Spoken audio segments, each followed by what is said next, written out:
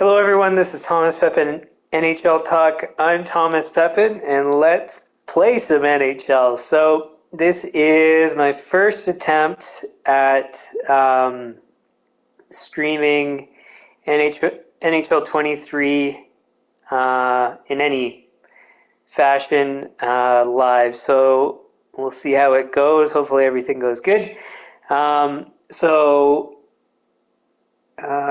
Where to start here? Actually, you know what? Just one sec. I want to make sure the audio is working okay here. Yeah, so everything should be okay. I thought it was really cool. So, I mean, I haven't had a PlayStation, or console for a number of years now, or at least any of the newer versions. So it's super cool that there's a microphone on the controller, and by the sounds of it, the audio is not too bad, so hopefully everything's okay for you guys. But yeah, so we'll see, but should be okay. All right, so where to start here? So I wasn't able to add everything that I wanted to the description. Now, because like you can't schedule any like live play stuff ahead of time, so it kind of sucks. And I couldn't add in the description that I wanted. Now, I was able to put in part of it, but not all of it. I just want to check one thing to see if it gives me access. Yeah, it does. So I guess technically what I could do is edit the description after going live, but it's not critical. I don't think you guys need all the details to start, but just know that after I'm done the stream, I'll update the description with all the links that I wanted to provide, so a few references and a bit more about the content of the stream, which of course, if you watch it, you'll know, but I wanted to have it where people would know ahead of time, but whatever. All right, so let's get to it. So the plan was I was going to start this sooner, and I had everything prepped and ready to go, but I was going to do the Flyers. So the whole plan was to choose a franchise that got rid of their GM either recently, as in during or after the season, or prior to the season. And I thought the best one to choose would have been Philadelphia. But just given that Toronto, I don't think it's best to say fired Dubas. I think it's kind of mutually agreed not to renew, but more, I don't know, I think it's kind of shared between the two of them. So Dubas, I think from what I read, he asked for too much, and Toronto wasn't willing to pay him. So I think it was like a way of saying, I don't want to work for you guys, without actually saying it. Or he wanted more compensation given what he has to go through as a GM, but whatever. Anyways, long story short, Dubas isn't the GM of Toronto anymore, and I figured, and as I say in the description here, what better time to become the Toronto Maple Leafs GM myself, and so that's what we're going to do for this series. And yeah, so the whole plan is to do a full career as GM. Maybe it's going to turn out being exclusively for Toronto, but we'll see. It depends on how my performance is. I could get fired. I could stay here and we could win a whole bunch of cups, but we'll see. So far from trying out the franchise mode, because like I've said previously, it's been a number of years since I've done it. So far, so good. So everything's gone pretty well. I've had, I think, President's Trophy one season I did. I think I was second in the league the next season, and then I was doing really well in the third season. That's all I was just going to test before I got into actually streaming it. So now I'll kind of see how I do live with everybody watching. So, so anyways, so that's the plan. These are some notes that I was going to have in the description, but like I said, it limited what the amount of content I could include. So first thing is to introduce the series. Then I'm going to go over my settings. So that's going to be the rules that I've set up and gameplay sliders very briefly for both. I'll explain what I'm going to manage in the franchise mode and why. I'll explain my budgets, so marketing and operations, pricing, and spending strategies. Otherwise, how I set up my team, so staff and scouting, rosters, line combinations, the signings I did and why. Otherwise, some tips and tricks. Again, I mean, it's been a while since I've done this, but I think I have a good grasp of things already. And I mean, as people watch this, hopefully, if you notice anything that I could do better, of course, let me know. And maybe I might have done stuff that other people aren't aware of or were thinking of. So we'll see how that goes. And so yeah, so some tips and tricks on maximizing the value of assets with trading and in particular starting off your franchise. So as you can see on the screen already, Draisaitl is one of my players. I'm going to get through all that and explain how I got them. And I'm going to show you kind of how you can maximize the value if you're going to build your franchise from scratch like I did. But otherwise, the concepts are still going to be the same and they'll apply broadly. And then finally, the hope is to sim a portion of the season. One thing to keep in mind, because I do plan to manage more than what I've seen a lot of other people do, it's going to be a bit more time-consuming, tedious. It might not be as enjoyable for certain portions to watch, but I prefer to manage things more closely than I guess other people would. So, for example, I manage and edit the lines, which is kind of getting into the weeds, but from what I've seen, I don't like the way that the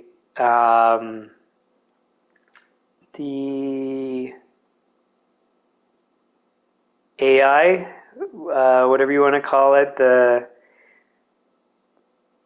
anyways, the way that it changes the line combinations, it doesn't seem to do things in an optimal fashion. So that's why I like to do it myself. And then I can change things and kind of, so I don't know how it tweaks it as players perform and underperform. So just this way I get to manage. So long story short, anyways, it's just more time consuming, me simming through a season. And so yeah, at certain points it might not be as exciting, but I'll try to do it as efficiently as possible and talk through the process. So anyways, so that's the plan.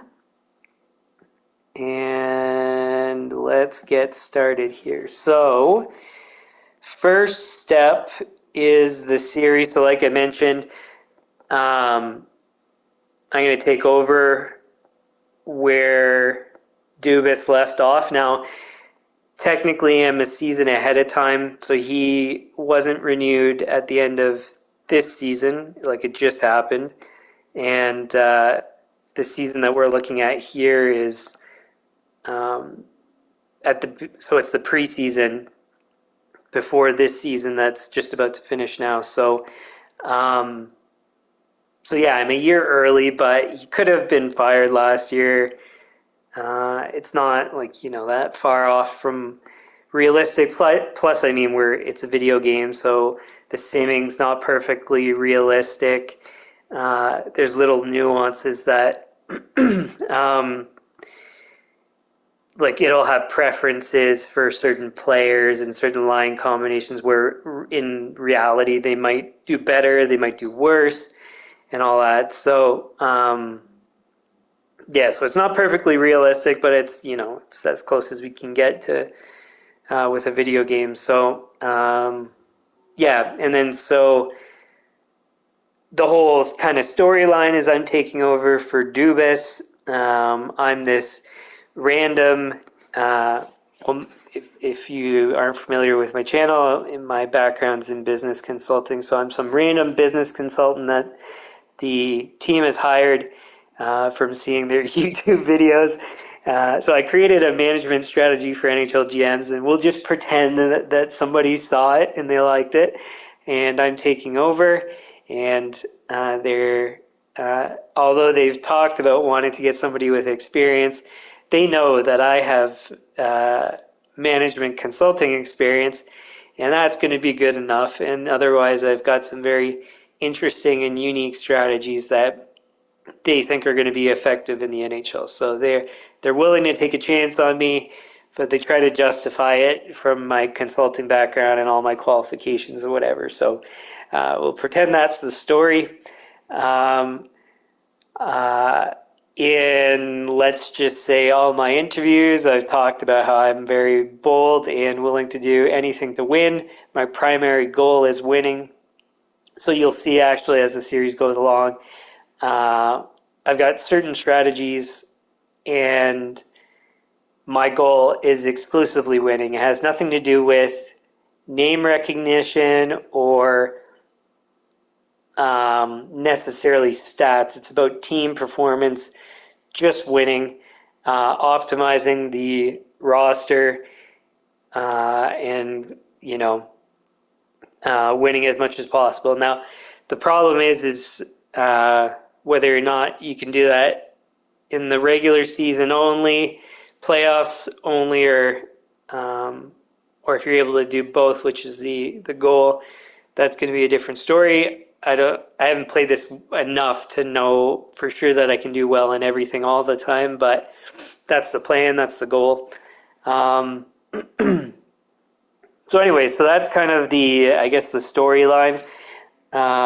Next up, we'll go over some franchise mode settings. So in particular, the rules that I've set up and franchise mode settings. So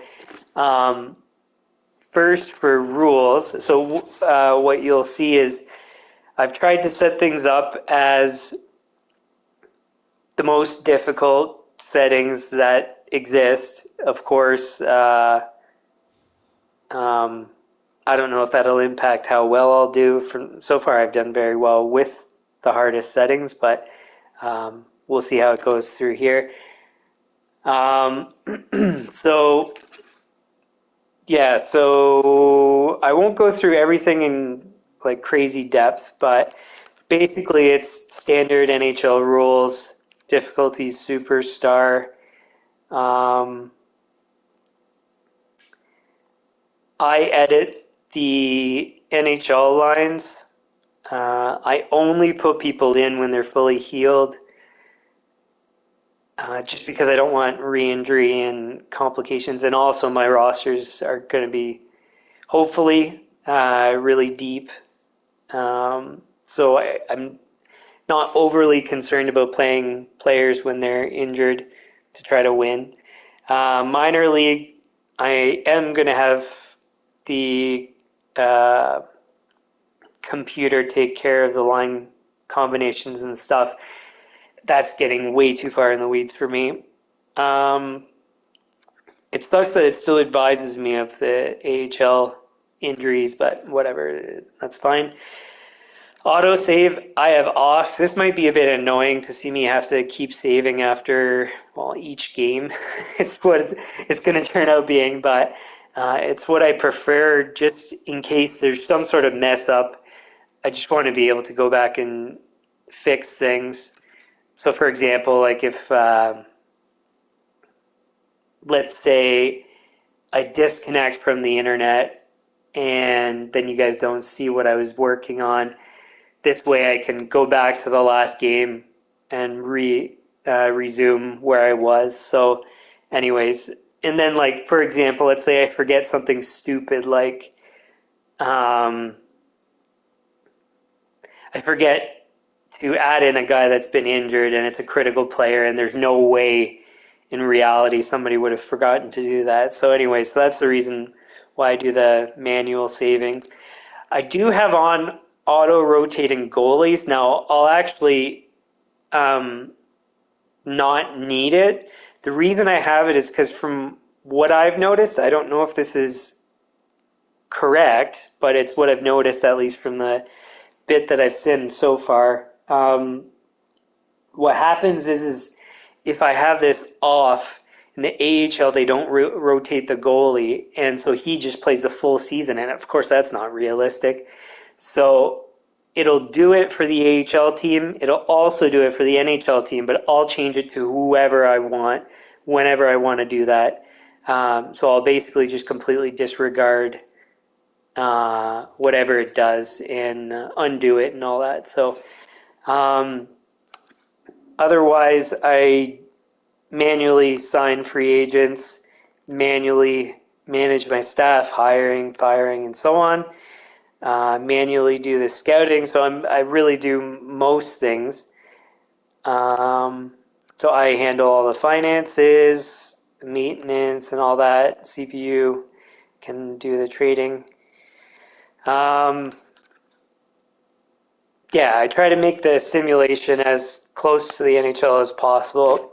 Now, scoring seems to be accurate. One thing I wanted to test more, but I forgot to check, was shot frequency. So I might actually have to boost that because I looked at a couple games and the shot volume was a bit low. But anyways, so we'll see what happens with that.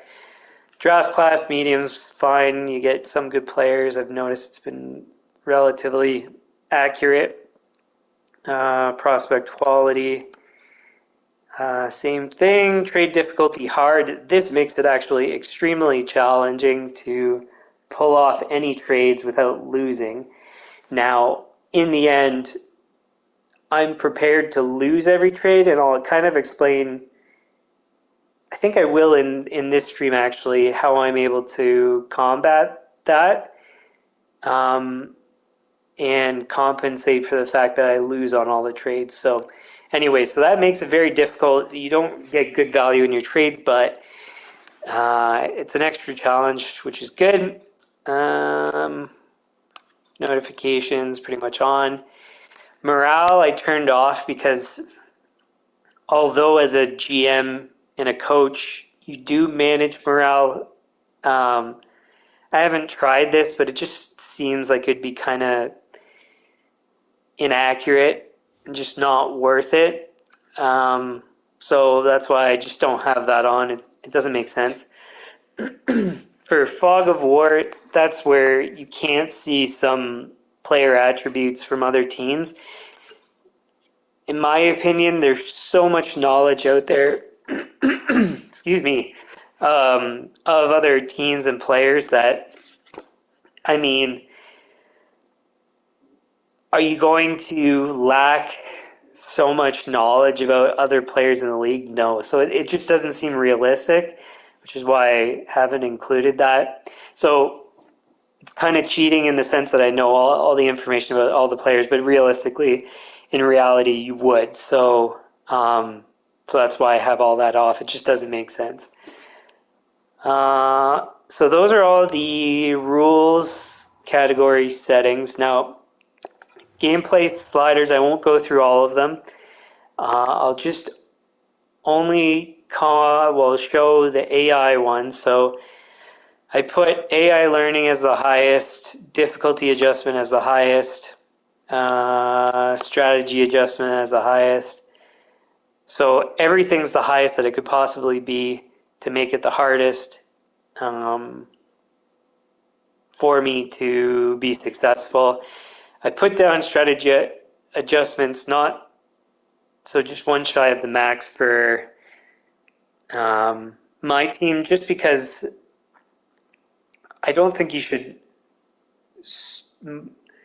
be overly aggressive in your strategy adjustments. So, I think that's probably best. Now, I haven't, again, this is something I haven't tested in particular, but it just makes sense logically to me. In terms of gameplay sliders, so what you'll see in the description at the end of the stream, there'll be the top 3 links that I'll provide.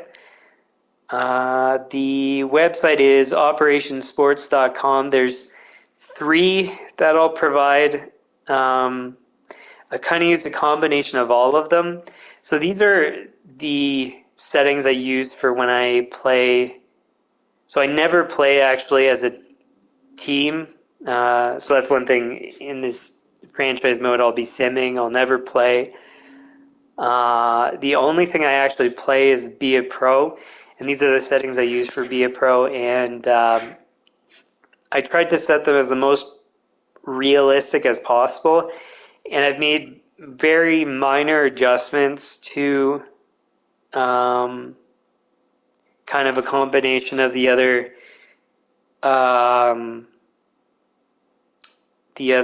sliders that I'll be providing.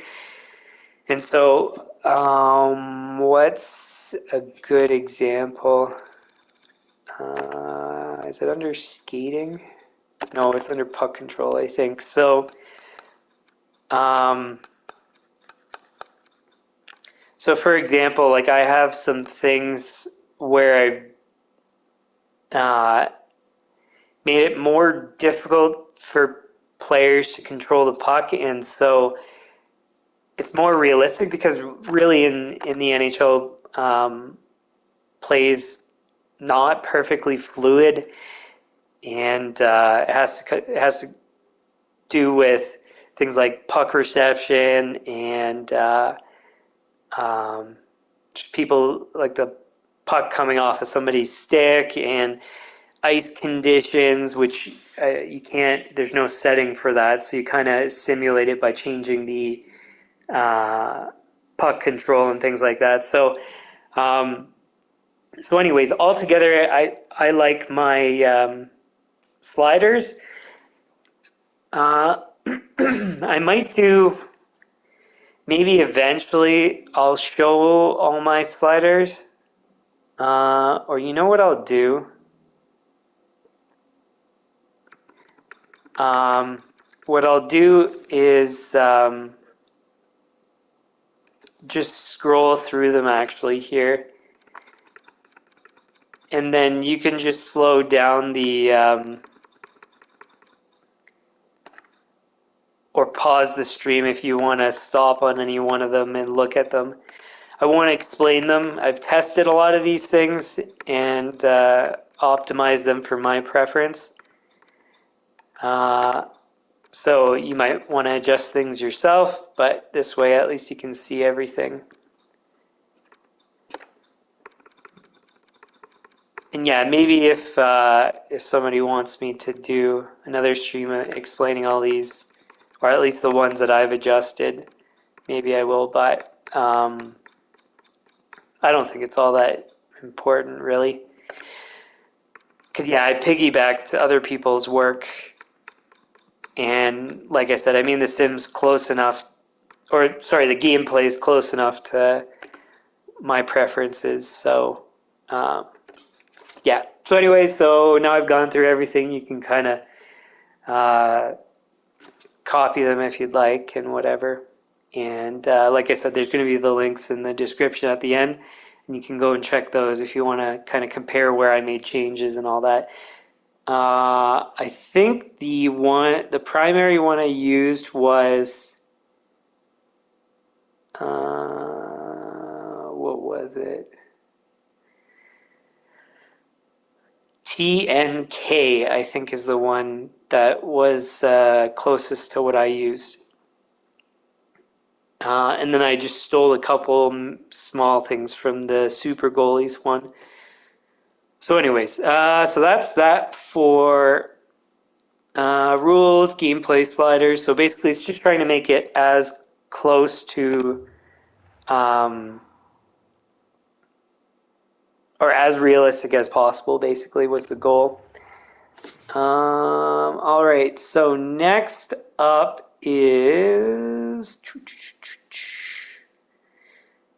so what I'll be managing and why. So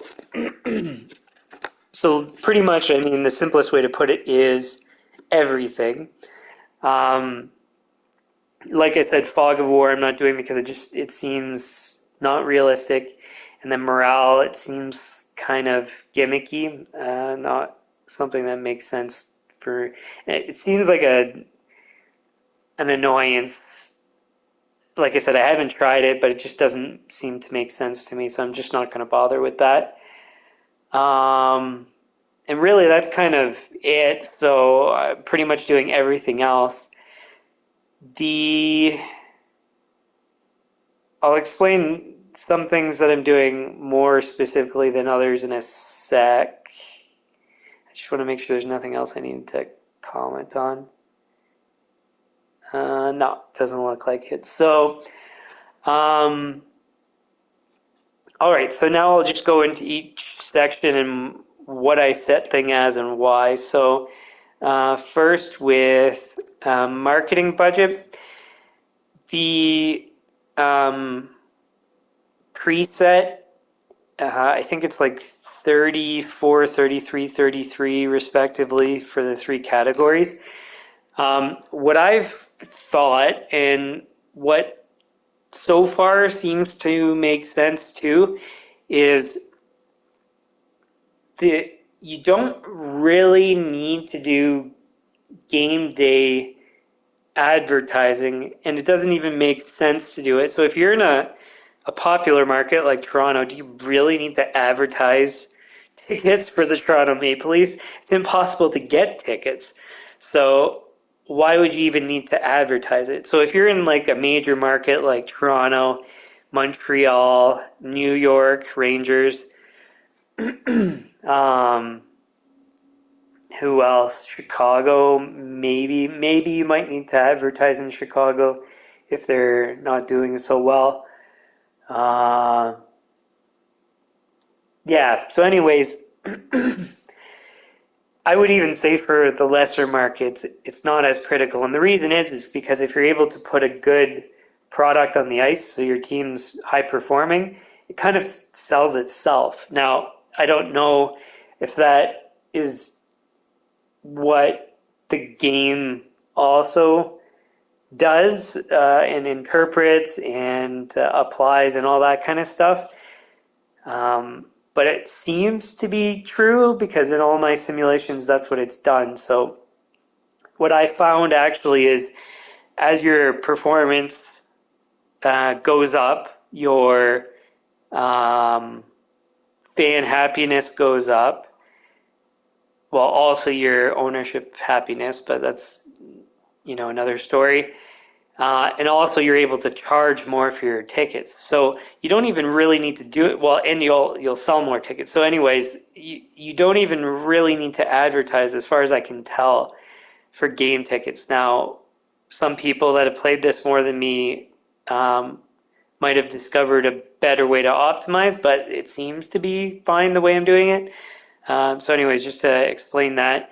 And then otherwise, seasons tickets, I'll go back and actually show you this because this is, I found this was interesting. So thankfully, I mean, again, this is just a video game, but my background in management consulting, I'm kind of, this stuff is very simple for me to understand and optimize it. Well, I mean, I better be able to understand this stuff. So, so if you take a look at total revenue, so we're fifth right now. It's partially because there hasn't been games played and a number of different things. But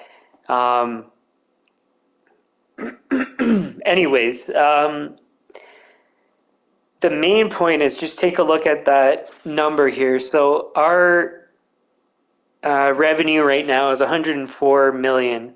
And so if you're thinking about how to allocate your marketing, what you want to do is allocate it to produce the best total revenue possible. So if 104 million is your total revenue, well, what portion does each type of revenue make up that total revenue? And so what you'll see here is, so remember it was 104. If you take a look at total season ticket revenue, 99.47 million is season's tickets. So that's your priority. But that being said, they're already sold. So do I need to advertise for something that's already sold? No, it makes no sense to do that. So that's why, well, okay, and then just, actually, you know what? Since I have my computer right beside me, give me 1 second, I'll do the math for you. So 99.47 million divided by, it was 104 and change. That's 95.64% of your total revenue. So why on earth would you be spending all your money, your marketing money, on things that are bringing in 4% of your total revenue? Like, I mean, it just makes no sense. So that's another reason why you don't put money into game day ticket advertising unless it's absolutely necessary. Like, let's say you're some smaller market franchise and your sales are poor for season tickets, let's say, then maybe it'll make sense. But in this case, it makes no sense to put money into that. And then otherwise, I mean, if it's 90, what did I say, 95.6 or something percent of your revenue, it would, in theory, like I said, it would in theory make sense that you put all your marketing into that. But those are already sold, so then you don't need to. So then you just want to maximize the other thing that is not already in the bag, which is going to be general advertising. That brings in your merchandising, sales, your popularity, and so that should impact everything like merchandise, or sorry, I said merchandise, but like concessions and things like that. So anyways, that's why I did that. So what I could technically do is put the reverse. So I could put general advertising as 95% because that was ballpark what I said for season's ticket revenue. You could do the reverse and put 95 to that and then 5% to season ticket revenue. But because we do want to preferably do all the season tickets available, I put it up slightly. So anyways, that's the rationale behind that. So anyway, so that's what I've set up there. Next up is operations.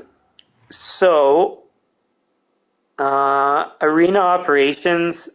So what I've seen is some people have had difficulties in having money available to manage the arena. So like repair things and stuff like that. Well, upgrades and repairs, as it says in the description there. What I do is I put it at the minimum, and then whenever it gives me, so this is the one beneficial thing of doing things on a game-by-game basis, is I can check this and then fix it at the right time. So when it gives me a notification, or well, I do manually check it after every game anyways, to maintain something so it gets too low, then that's where I'll increase the budget here and make the fix and then try to keep it at its minimum just so that by the end of the year I've minimized my total spending. So right now we have 2.332 million available. The goal is to minimize how much more we spend because technically we're already over our total salaries budget, and then as a result, I think our budget in total in general. But anyways, so just minimize everything. One thing that you do have to do is if you're doing more promotions. So with the money it gives you at the beginning, typically you can only do 3 promotions. What I do is I up it enough to be able to do a 4th one. Then you save your promotions, come back to this screen, and then minimize it. So hit the left button to bring it down, and then that leaves it where you don't have money allocated to it. That's not going to be spent. So anyway, so that's just something that you can do that I do. Yeah. Advertising, I mean, I just put it to the minimum. And yeah, so I mean, it's been effective to sell game tickets, seasons tickets, merchandise, and so on. I mean, maybe I could increase it more and that would increase my sales, but typically I'm towards the top for revenue anyways. We'll see kind of as we go. And maybe I might touch on that or adjust it later, like in future seasons, but so far it's been fine, so it's not important. Scout salaries, I just minimize as much as it'll let me. Scout travel, same thing. Coach budget, I only increase to hire new coaches, and then after that I do the same thing as I did with promotions and then minimize it. So that's how I manage those. Next up is pricing. So oh,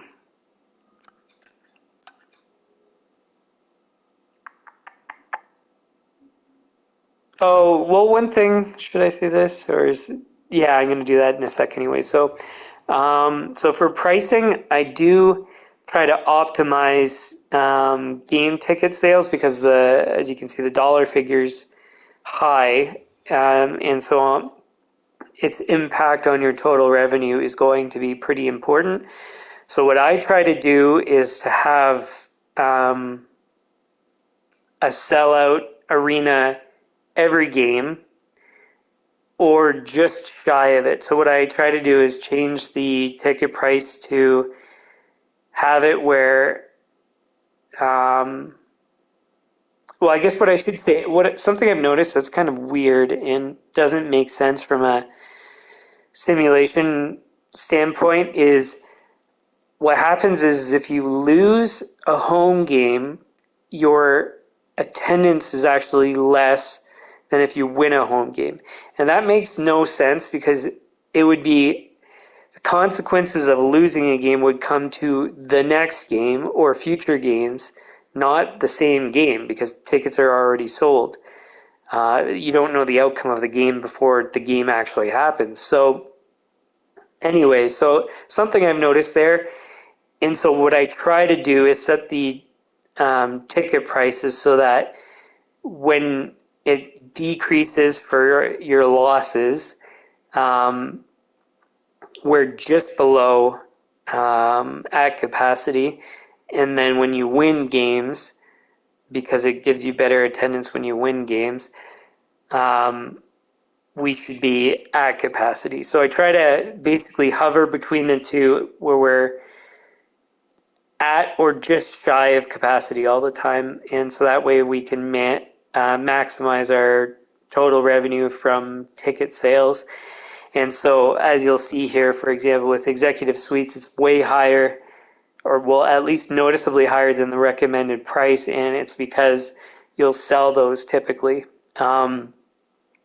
Now, I know this just from experience with simming this and optimizing the ticket prices. So, yeah, so anyways, and like this one's what, almost $40 more than the recommended prices. So it'll still sell nearly to capacity or at capacity, despite being overpriced. And then the other ones, they're all optimized too. So anyway, so I manage ticket prices, not so much during the season, but at the beginning of the season, I'll figure out what the kind of the best price is, and then kind of leave it there for the rest of the season. Parking, I basically do the same thing, just try to have at or just shy of capacity. And so then that way you maximize your revenue. The two things that I don't manage are merchandise and concessions. So I've tried to play around with them, but they seem inconsistent and difficult to really understand why sales increase and decrease. There doesn't seem to be any rhyme or reason. So I just auto assign, and typically my revenue is comparable to the rest of the team. So that's why I don't bother with those, just because it doesn't seem like you can really make much of an impact from what I've done. I mean, it's kind of getting into the weeds. It doesn't seem all that relevant or important. So yeah, like I said, and also just because like you saw, the percentage of revenue that comes from this stuff is like 5%. It's not, or less than 5%. Like it's 5% in total from everything outside of season ticket sales. So I mean, really, you don't need to pay as much attention to concessions and merchandise. Whereas tickets, it makes more sense because, like I said, dollar figure's higher. Parking, I mean, it's just easy to manage. So that's why I do that. So anyways, that's all those.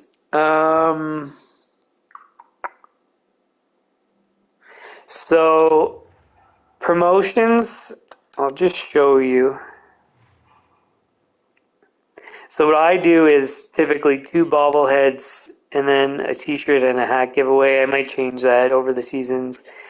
I don't really know how much of an impact it has. What I do is I just choose the worst teams in the league, and then I put the promotions on those days. I mean, just logically, what you would do for a real NHL franchise is you do exactly that. So where your attendance is most likely to be at its lowest level, you try to give a reason for people to show up, which in this case we just do promotions. And so it also works out because the worst teams, there's really only like 4, and so I chose Arizona, San Jose, Anaheim, and Chicago. So I don't really know the impact of that, how it increases sales in any regard, but whatever. Anyways, just something I do anyways. So that is promotions. Upgrade and maintain. I don't know. I haven't tested this to any substantial degree, but what I've done is I just do the maintenance when I get down to 50 out of 100. Sometimes it'll dip lower than that depending on when's a good time to do the upgrades, or maintenance. And then I might also delay things sometimes to kind of stagger these so you're not repairing everything all at once, because I don't know its impact on attendance, merchandise sales, and all that. So I haven't tested that. And I mean, like I said, because the results have been good from all my testing, it doesn't seem to have a crazy big impact. So anyways, like I said, at 50 out of 100 is when I do it. And the important thing, so what you'll want to do, or what I do, just to kind of, in case there is an impact on repairs to sales or like ticket sales, merchandise sales, and whatever. I try to schedule the repairs for when you're on a stretch of away games. So like let's say here, so the maintenance for one is going to get to, like I think it was at 54 right now. So I think it goes down by one every game. And so what you'll see here is this is a home game. So we got 1, 2, 3, 4 home games here. And then we've got a stretch of away games. And I don't know how long it takes to repair that particular item. I think it was bathrooms. And so what I'll do is I'll finish out this last home game here. In all likelihood, I mean, I'll figure out as we go here. But then I'll schedule the repairs to happen while we're away from the rink. So then it's going to be at 100 and not in the middle of repairs when we have games going on. So again, like I said, I don't think it has any dramatic impact because when I've done it, when there are home games, it doesn't seem to have a dramatic impact. But if it does, this way it just minimizes the impact. So just something I do. What's next here?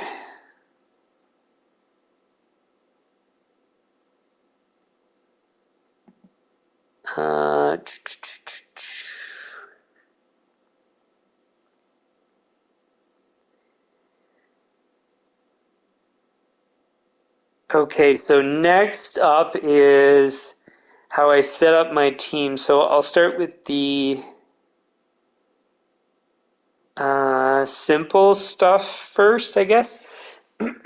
So for staff, thankfully this franchise starts off with a good coach, so he has really good ratings. Something that, so again, I haven't tested this, I don't know for sure, but what I try to do is have coaches with good teaching, so preferably A minus or better, and A minus or better for coaching influence. And the reason is because teaching is supposed to help grow your players, which is, probably most important, especially with players that don't have established ratings, I guess. And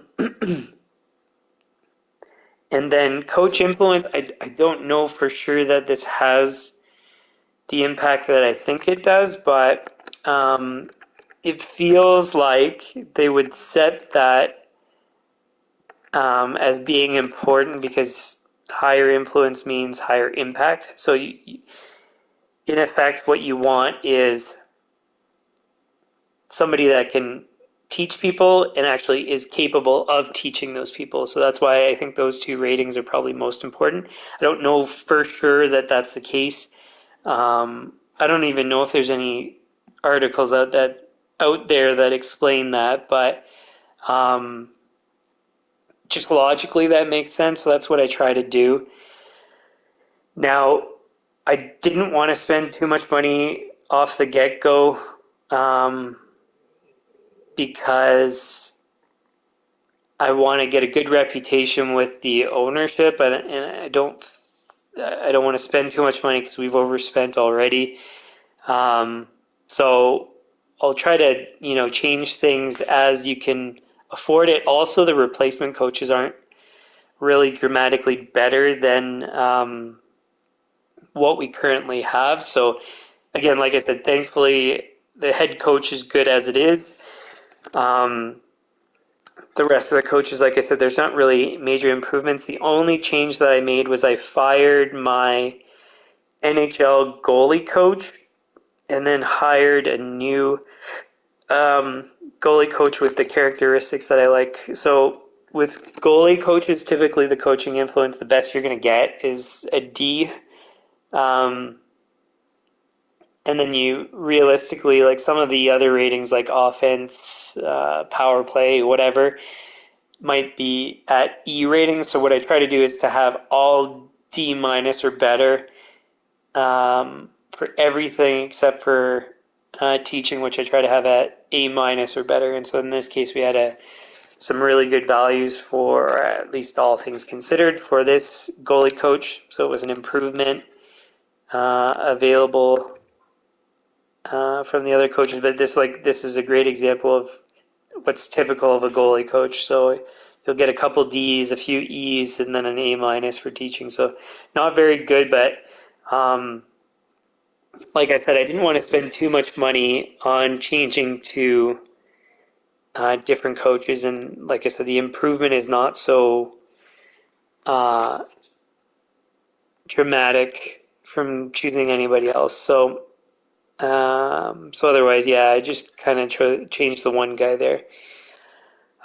Scouts, likewise, what we had was as good or better than what was available, so I kept them the same. I've already scouted everything or set all the scouting assignments.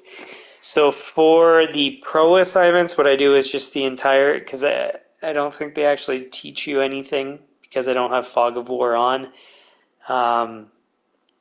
So I just set it as entire season. I do it for the division in the NHL and AHL. Yeah, entire season, division, and then just it should just run them straight to the end of the season. For the amateurs, so that's going to be all the people that you'll draft. I monitor as what I wish they did was had pop-ups for when the scouting assignments are done, but I don't think they have it. I haven't seen it at least. And so I check back at regular intervals every 10 games basically of the season to see if they're done their scouting assignment and then reassign them. So I start off by taking a look at potential and comparison, and then next I move on to what is it here?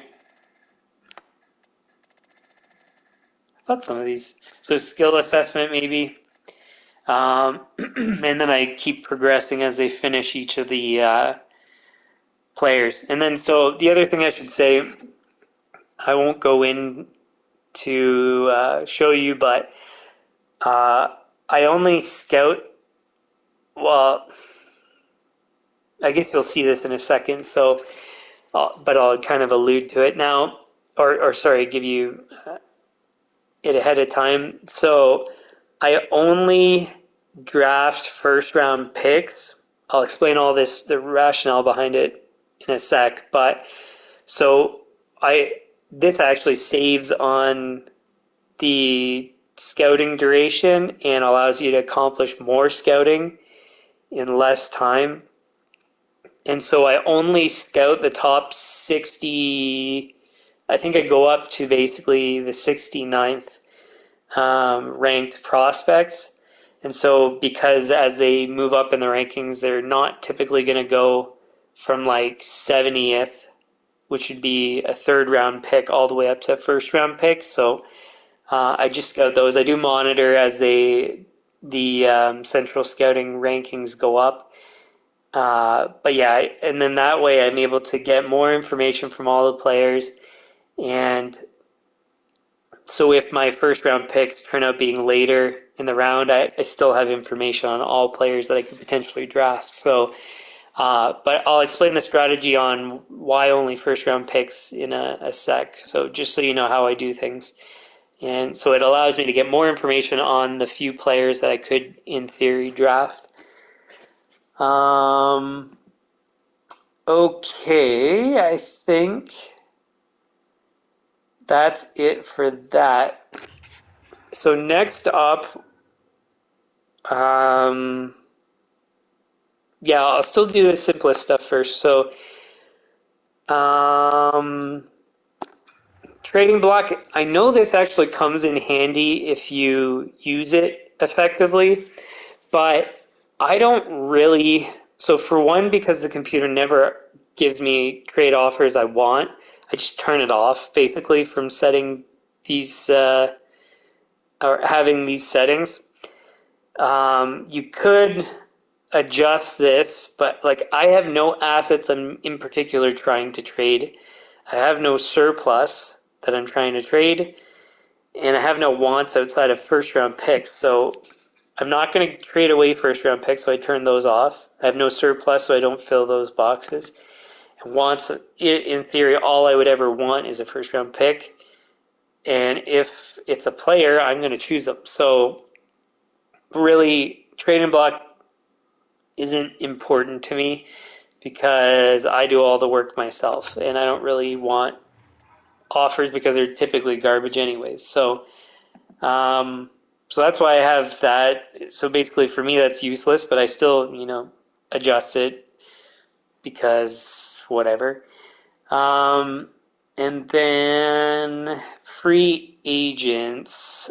So I've already signed all my free agents. One thing actually I should on that note.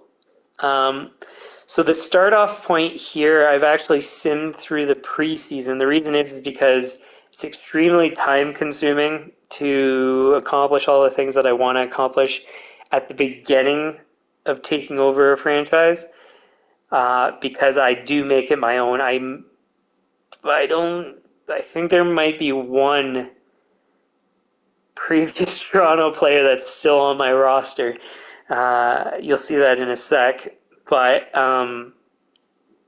so I have to trade for all the players I want to trade for. So that takes up a lot of time. I have to optimize those trades, which takes a lot of time. So you'll like, let's say you'll do Austin Matthews and a fourth round pick for Draisaitl, and it doesn't go through. And then you change it to Austin Matthews and a fourth and a seventh. And then you do a fourth and a sixth, a fourth and a fifth, and you keep upgrading the trade until you finally get the trade go through. And then this way you're not spending so much on your assets from when you could have just kept attempting the trades until eventually you get the trade.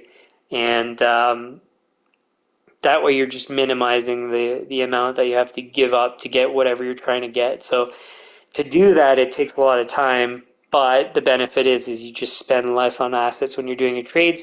And because I have the trade difficulty as hard, it's important for me to do that. Otherwise, I'm going to be losing so much value in assets, and it's going to really handicap my ability to produce a good franchise. So anyway, so that's why I simmed through it. I will actually show you the trades to show that I actually didn't cheat.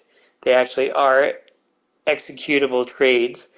And so what I've done is I've saved this season at the beginning before I've done anything. I've saved it. What was the next time I saved it at? Oh yeah, the next time I saved it at was when I spent all the assets that I had available, um, and then I ran out of. Basically, I got to the minimum number of players on my roster and couldn't do any more, so I saved it at that, which is when I signed all my free agents, and then I saved it again after the preseason after I'd done all the um, roster moves, trades, free agent signings, and all that. So long story short, like I said, I simmed through all that just so you don't have to see it because that took me, I think, like a full day to do. So you don't want to watch me do that for 8 hours. And then for future seasons, I'll probably show you, which will be time consuming, but this way you'll get to see it, but it's not going to be so time consuming because I'm only going to have to change like 2 or 3 players from one season to the next. Um, so that's what I've done there.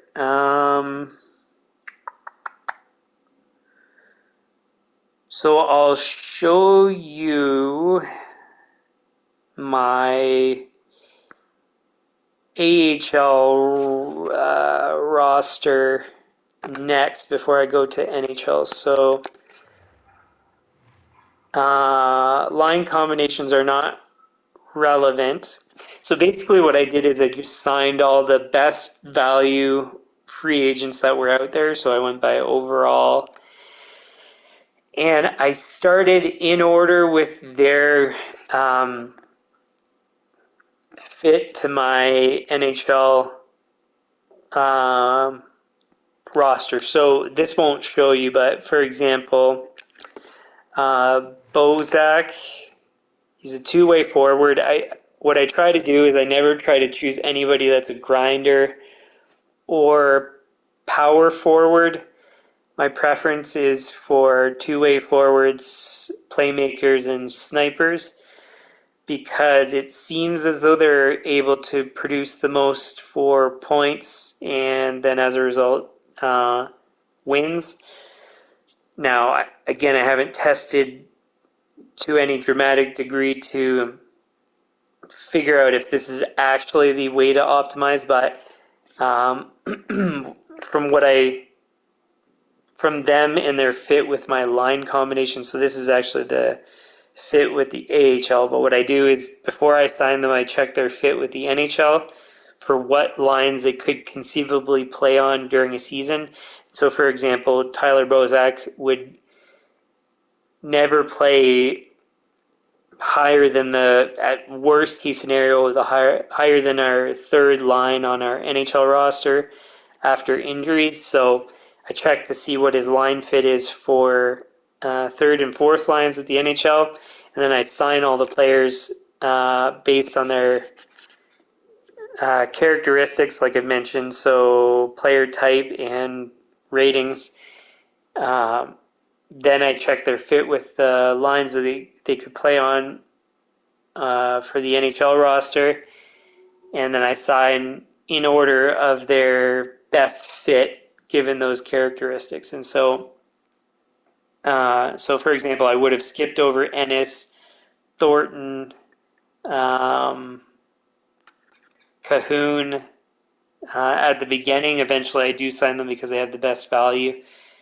But some of the people I would have went with first were Bozak, Stahl, Boyle, Eakin, because they fit our third and fourth lines best. And then I'll pick up other guys afterwards. And I also factor in their penalty kill fit, even though I don't typically need to use them, but just for better usage options. Same for defense. I want them to be able to fit on all lines. And then penalty kill potentially for any of the depth players. Goalies typically won't need to use them, but I still try to get serviceable goalies. For the top two, I prioritize, excuse me, poise and vision because it seems like they're able to best perform when their poise and vision are at 80 or better. And so I try to choose goalies with those ratings highest, and then otherwise their overall ratings as good as well. And then the third goalie, I'll try to choose a prospect where we can develop them and then maybe get value out of them either from trading or staying with the franchise. And so this guy has this potential to be a starter. Hopefully our coaching can improve his ratings, then maybe we can use him. But I don't hold my breath. I just, in all likelihood, I'm going to get a free agent or trade for NHL goalies. So anyway, so that's our depth chart. Pretty much the entirety of that is, actually, I think the entirety of that is all free agents. And so what happens is I trade away all the existing roster players to be able to maximize what I put together as my NHL roster. And then that way, that compensates for the losses on trades that happen from having it at the hard difficulty level. And the other thing is when you sign players, if you try to trade them right after, it hurts your reputation or something like that. So because you don't want that. You can't just sign players and trade them, even though they have value. So I trade everything that, pretty much everything like I said, everybody on my roster is traded except for, I think Giordano is the only guy I have that was previously with Toronto, but we'll see that in a second. So anyways, that's the way I can use all my assets to actually get all the players I want to get. So I think that's that. Now, in terms of roster composition, I'll go through that actually as we go through line combinations. And I'll show you that now. So kind of unveiling my roster as I explain how I built up the roster. So in order to get these chemistry boosts, you want the line fit to be as good as possible. And so what I've tried to do is the players I trade for, I want them to be the best fit for the lines, the best fit for at least one or two lines, and where they meet the characteristics that I mentioned. So they're a two-way forward, sniper, or playmaker. They have some years left on their contracts. They're not expensive. And yeah, kind of all of those combined you factor in to try to put together. So I've tried to optimize the players that I pick up. Oh, and also the trade value where you can actually afford it. So I've tried to factor in all those things to be able to produce the best roster possible for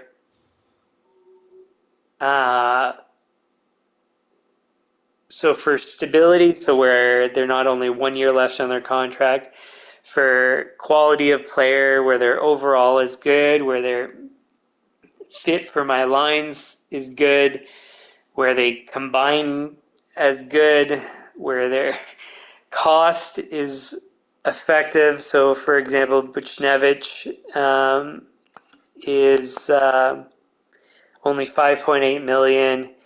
He's 87 overall. He's got some of those X Factor things, which I think are kind of gimmicky. I don't really like them, but whatever. So he's a great example of a good fit. Now, Hughes is a slight overpay at $8 million, but you get him for 8 years. I don't really like to have a long-term contracts. If I was a GM in real life, I would, as you would have seen in my management strategy for NHL GMs, I like to have 3 years or less. 3 to 5 years is kind of my optimal length for your most important players. So 8 years is too much, but this is a video game, so you just whatever. And salary's higher than I would like, but he's going to kind of grow into his salary. So 8 million is fine. I'm okay with that. And as the cap increases, that'll be okay later on. So yeah, so those are kind of, yeah, I guess basically those are kind of all the characteristics. So like I said, even for like, so for our main NHL roster, try to have poise above 80. And that's pretty much it for players. So goalies, it's poise, and what was the other one? Vision, I think it was. And then for players, it's just poise above 80. And then otherwise, I mean, really, in the end, everything else, yeah, you want higher shot accuracy for slap shots, wrist shots, passing higher, puck control higher, deking higher, centerman face-offs higher, and so on. So, yeah, you kind of want everything high. Endurance, in particular, for your top two lines, you'd want higher. So, but anyway, you really kind of want everything high. So pretty much you're kind of just looking at overall, and poise is the main two things I look at, and then the line fit. So as you can see, so for example, fits well on the first line, not so much on the rest, but he was going to be a first line player anyways. First line fit.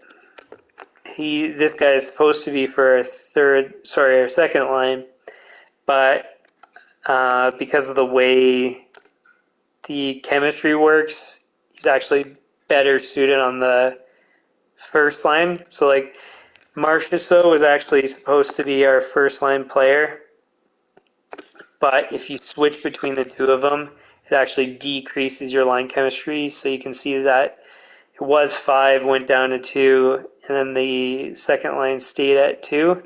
So in reality, we just don't, we're not optimizing from what the player is best fit for. In this case, we're doing it from chemistry, because in this way our performance is going to increase for all the players. So you try to do it based on line fit, and then if you can then increase it for line chemistry, then that way you're going to increase your line performance altogether. And then so that's where, I mean, it doesn't really make sense for Draisaitl to be on the second line, but his line fit is technically supposed to be for second line. Likewise for Scheifele, he's second line.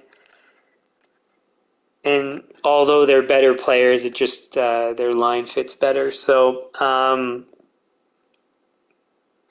think we have it.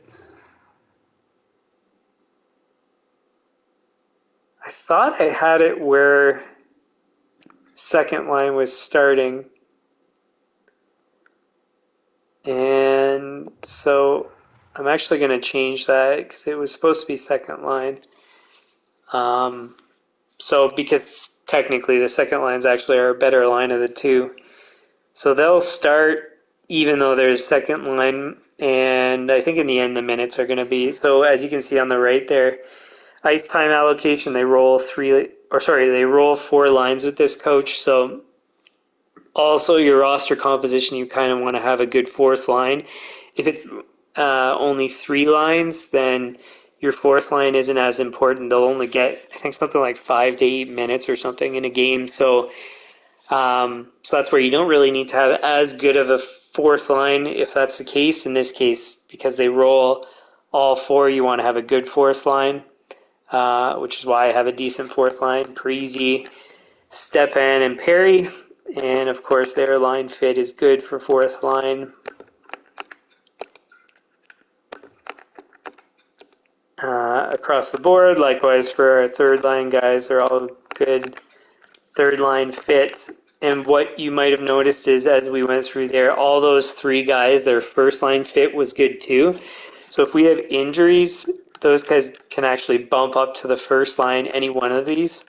And our third line, if you actually look at it, Smith, Nugent Hopkins, and Arvidsson, they're all very good players to have on your third line. They're actually second line players, and I've been able to do that because of my minimizing of spending on players altogether, which I've explained, like I said, in the management strategy for NHL GM series that I did. Like, for example, these guys are 4.775. What is he? 4.98. 4.25 is, they're all very inexpensive for how good they perform. Scheifele is very cheap, 6.125. The only thing I didn't like was he only had 2 years left. Draisaitl, 8.31 for Draisaitl is very inexpensive. I mean, because what Hughes was 8.0? Yeah. So really, like, getting paid the same, and Draisaitl is like, well, he's a franchise player. So anyway, so just like, well, Buchnevich was very inexpensive, 5.8. Marchessault, 4.775. And then Giroux, what was he, 6.5? 5, yeah. So really cheap players, so I'm able to put together a super highly skilled, very deep NHL roster. Now my depth outside of these players, so Rask is my depth player. I think I only have one for forwards, if I'm not mistaken. Yeah. And then on defense, I think I have 2 or 1 on my active roster. But anyway, so kind of that's the strategy. So I'm able to afford a lot of players, but it cost me a lot, a lot in assets. I'll show you that afterwards. We are empty in our cupboards for assets. You'll see in a sec, but money well spent, very deep roster, very skilled roster. We should be an extremely effective team.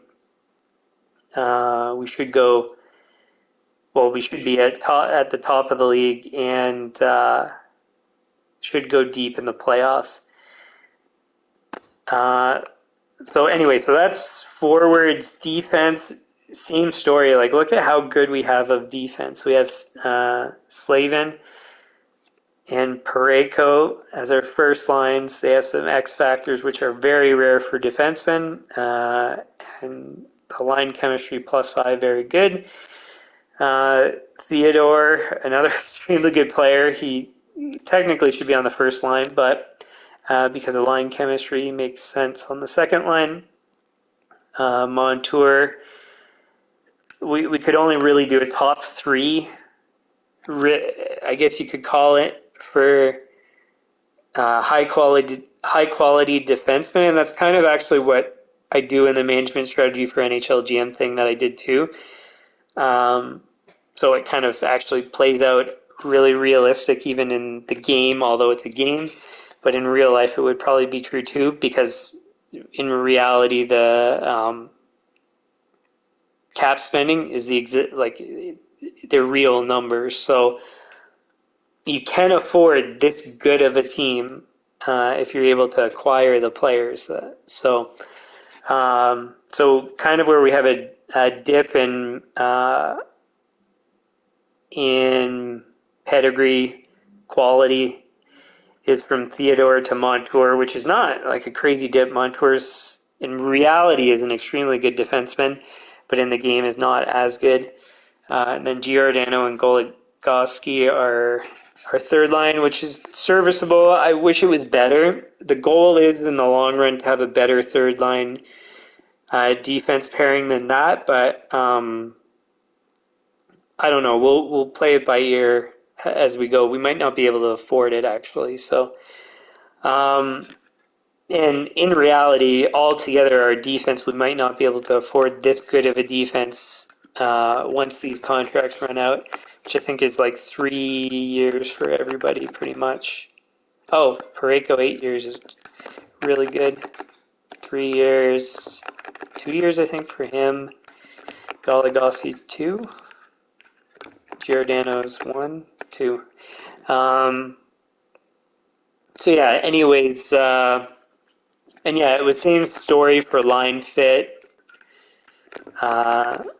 We picked up these guys knowing that the line fit's just equal across the board. It seems like for the style of coaching, I guess. So some people just have decreased amounts, and some people have better ones based on the style of coaching. So whatever.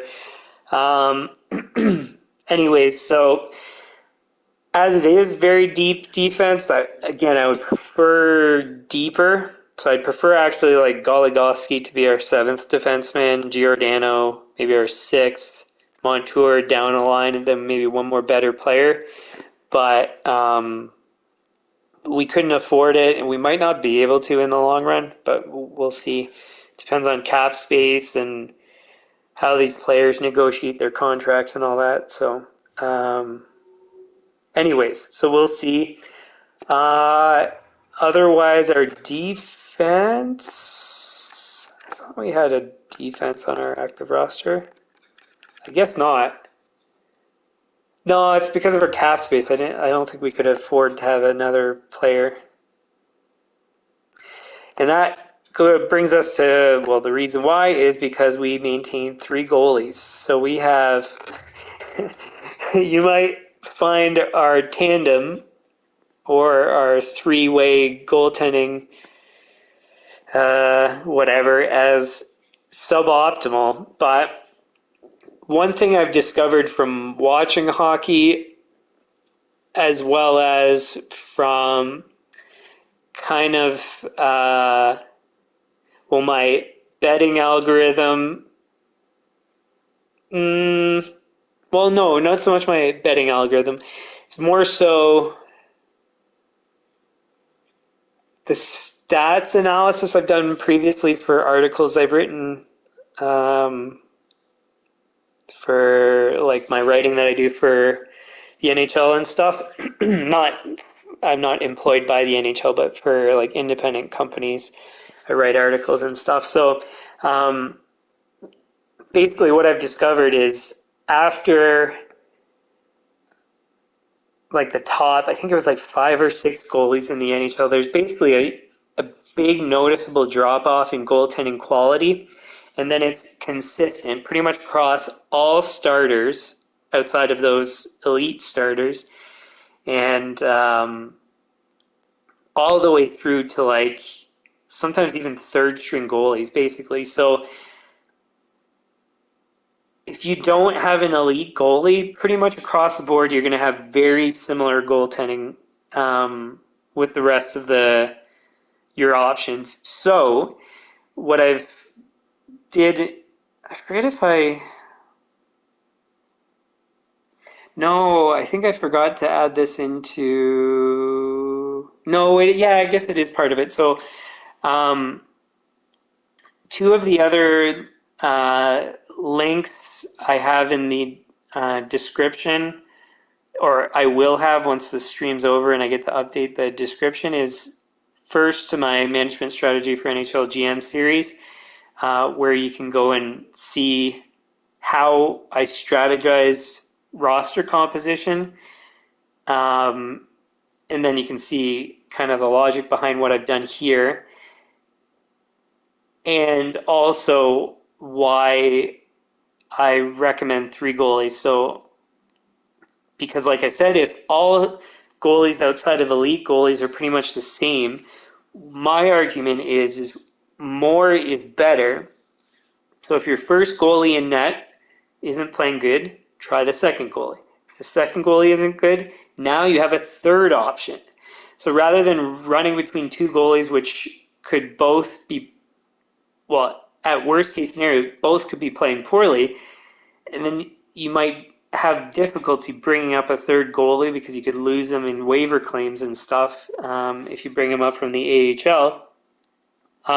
So you should always maintain, in my opinion, 3 goalies on your active roster, and then that way it gives you 3 options of goalies to run through if anybody's playing poorly. And then so my strategy, which it looks like we're going to probably run out of time for me to sim through part of the season today, but my strategy, what you'll see is a goalie stays in the net so long as he's winning. I don't care how bad his stats are, really. Winning is the priority. So if you're winning, you stay in the net. If you lose, I'll give you a single loss. Then you have to win 2 games in a row. If you don't win 2 games in a row after 1 loss, you get rotated out to the back of the line. So then the next best goalie comes up, he plays, same rule. You play until you lose. If you lose 1 game, you have to win your next 2 to stay in net. If you don't, the next goalie comes up. And you keep going through, and the rotation all depends on who's playing best. And And so what I've noticed, at least in the game, oftentimes you'll run one goalie for 2 months. Sometimes you could get to 3 months. And then sometimes it could be as little as 2 games, and then you're on to the next goalie. And then that same goalie, the next chance they get, they can stay in net for 20 games. So anyway, so that's just the strategy I run through with goalies. And so that's where now, coming back to the goalies we do have, they've got the characteristics that I mentioned. So poise 80 or above, vision 80 or above.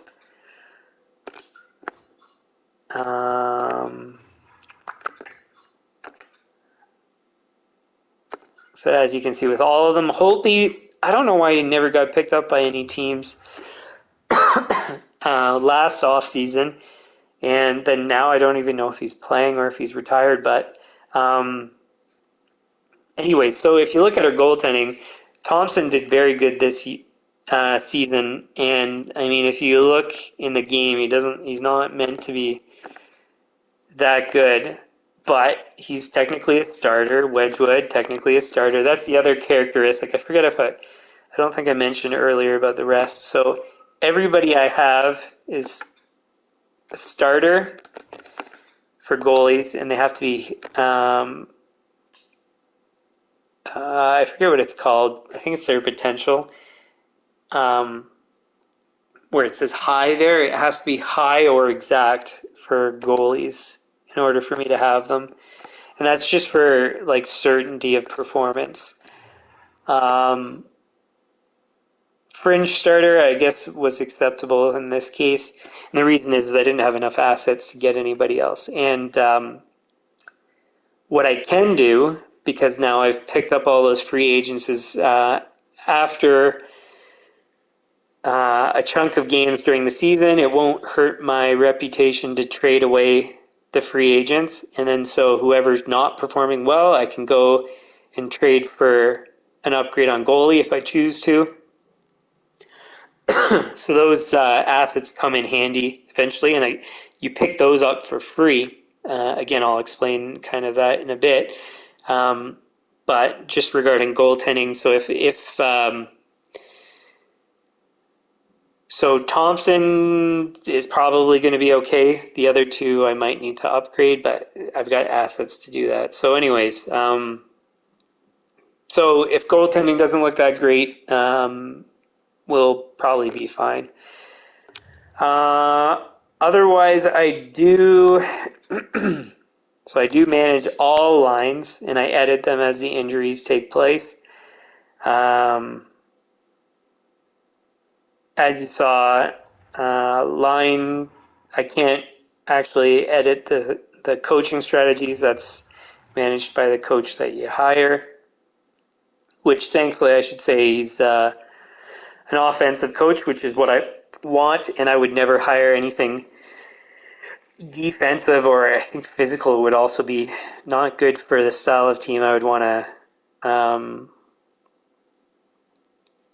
put on the ice. So so anyway, so if I have to change a coach, like this guy retires or whatever, I need to fire him, which seems unlikely, then those are the kind of coaches I'd be wanting.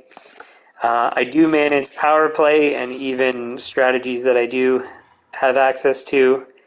So I change the roles as injuries happen, and I optimize these based on who's most effective at the role. So, for example, puck carrier, you want puck control, deking, probably skating speed as well, balance, things like that, distributor, passing, puck handling, puck control, things like that. Anyways, and so I factor in all that stuff. So I basically coach the team, except for the fact that I can't edit the strategies because the coach that you hire does that. So anyways, so I do even get into the weeds for that. I pretty much manage everything across the board. And that's all I wanted to show about that. And then last, I think, on how the team's set up at the moment, I think is the roster, or sorry, the assets we have. Oh, whoops, wrong thing. Okay, so now, so we've seen what we have. If you take a look there on the left, you can see our cap space. So this is why we can't have any extra depth players. So the risk of what we currently have based on our cap spending is if we want to bring somebody up from the AHL, we could lose them on a waiver claim. That's okay because we got them all for free anyways. And what I tend to do is I choose the player that's performing best in the AHL that is not the highest overall rating.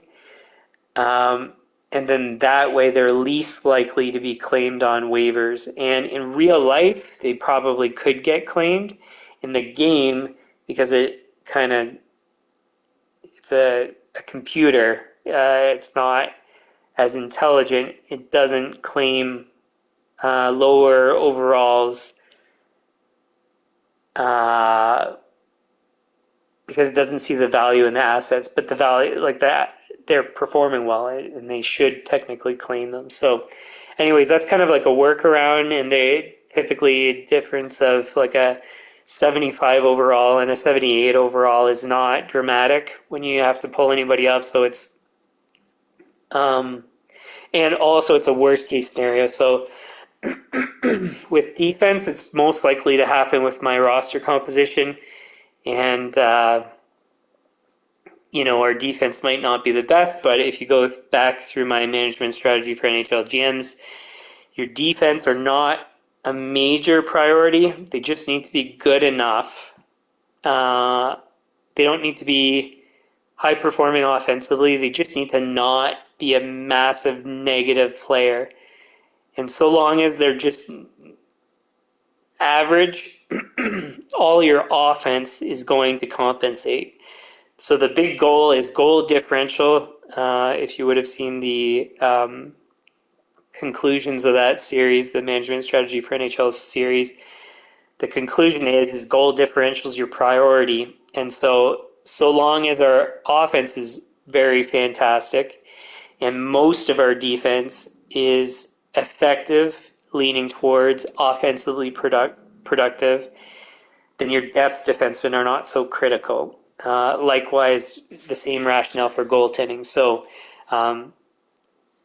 good enough is good enough for defense and goaltending. High performing offense is what you want, and where they're effective on both sides of the puck, those offensive players. So they're not a liability defensively at a minimum, or they're good defensively and they can produce offensively. And then the net result is massive goal differential, which means your team should be way high performing compared to the rest of the league. So that's kind of the strategy. So that being said, so like you see the salary cap, we just can't, from the players we picked up, we can't afford to have depth players. So we actually have one fewer player, 22 of 23 on our active roster, but whatever, that's fine. We need to have the third goalie. The extra forward we have in Rask is just kind of a bonus. And also, if we had to bring him up and down in the waivers, he would be very likely to be claimed, so we just don't want to have to do that. So this makes it least likely we need to bring up a forward, which means least likely there's going to be a waiver claim, and higher performing offense because our depth forward is still very good at 80 overall for Rask. So we hopefully are okay offensively. Defense, like I said about the strategy with waiver claims, we just bring up a lesser defenseman and then we should be okay. Even the higher ones are typically okay, but just typically we'll try to avoid that. Unless it gets to like the playoffs and we need to for performance and whatever, or we're going to maybe miss the playoffs or whatever and we need somebody. But so anyways, so that's all that. Now everything looks fine. We have all 50 of 50 roster spots filled. And so if you take a look, our lowest overall player is 74. A lot of teams have like 50s, numerous 50s. We've got a lot of players, which also shows you, well, if we put this in order of trade value, very quickly we start to get into above the minimum here. So it starts at Boyle, and then quickly picks up in Suter, then picks up again at Rask, picks up again at Goligoski, and then continues up from there through all of our high value players like Draisaitl, which is crazy because we were able to get him because he's like the second best player in the league or third best according to the video game at least, but in real life he's probably the second best in the NHL. So we have really good value assets, and many of them compared to other franchises. I won't go through other franchises to compare, but you can just kind of know and you can see it. And like our depth players are even like fourth line, or sorry, like top four defensemen that are on our sixth or fifth and sixth spots, and like top six forwards are like in our seventh to ninth spots. Top nine are in our our ninth to 12th spots. So we have like way better players than we actually should have based on like quality of like what you're supposed to have on the roster. So anyways, we have a lot of good assets, and then all these players are all tradable. Inexpensive. We signed at we didn't go at the minimum because I wanted to at least get the players, and I didn't know if anybody else was going to try to pick them up. So if we overpaid, whatever, no big deal. A lot of these players, if they don't perform well, we're going to trade them anyways. So, yeah. So anyways, so that's kind of the value of all of our assets there. You can kind of see as we scroll through. Now, the funny thing is, and this is where it is going to be potentially shocking, is how could so we have a very good, very deep roster, and at a hard difficulty, if you lose in all the trades, what's the consequence to your assets in your draft picks? Well, here it is. We've got 3 picks. So we had 5 years worth of draft picks, first overall all the way down to 7th overall, and now we have 3. Now, mind you, the 3 are, in all likelihood, very good odds of winning the lottery, which in this draft is Bedard. And so what I've done in putting together our roster here is traded up in our first round picks, which also cost a lot in terms of the value of our assets, to trade up to those picks. But I mean, the good thing is now we have essentially 3 lottery picks at Bedard, and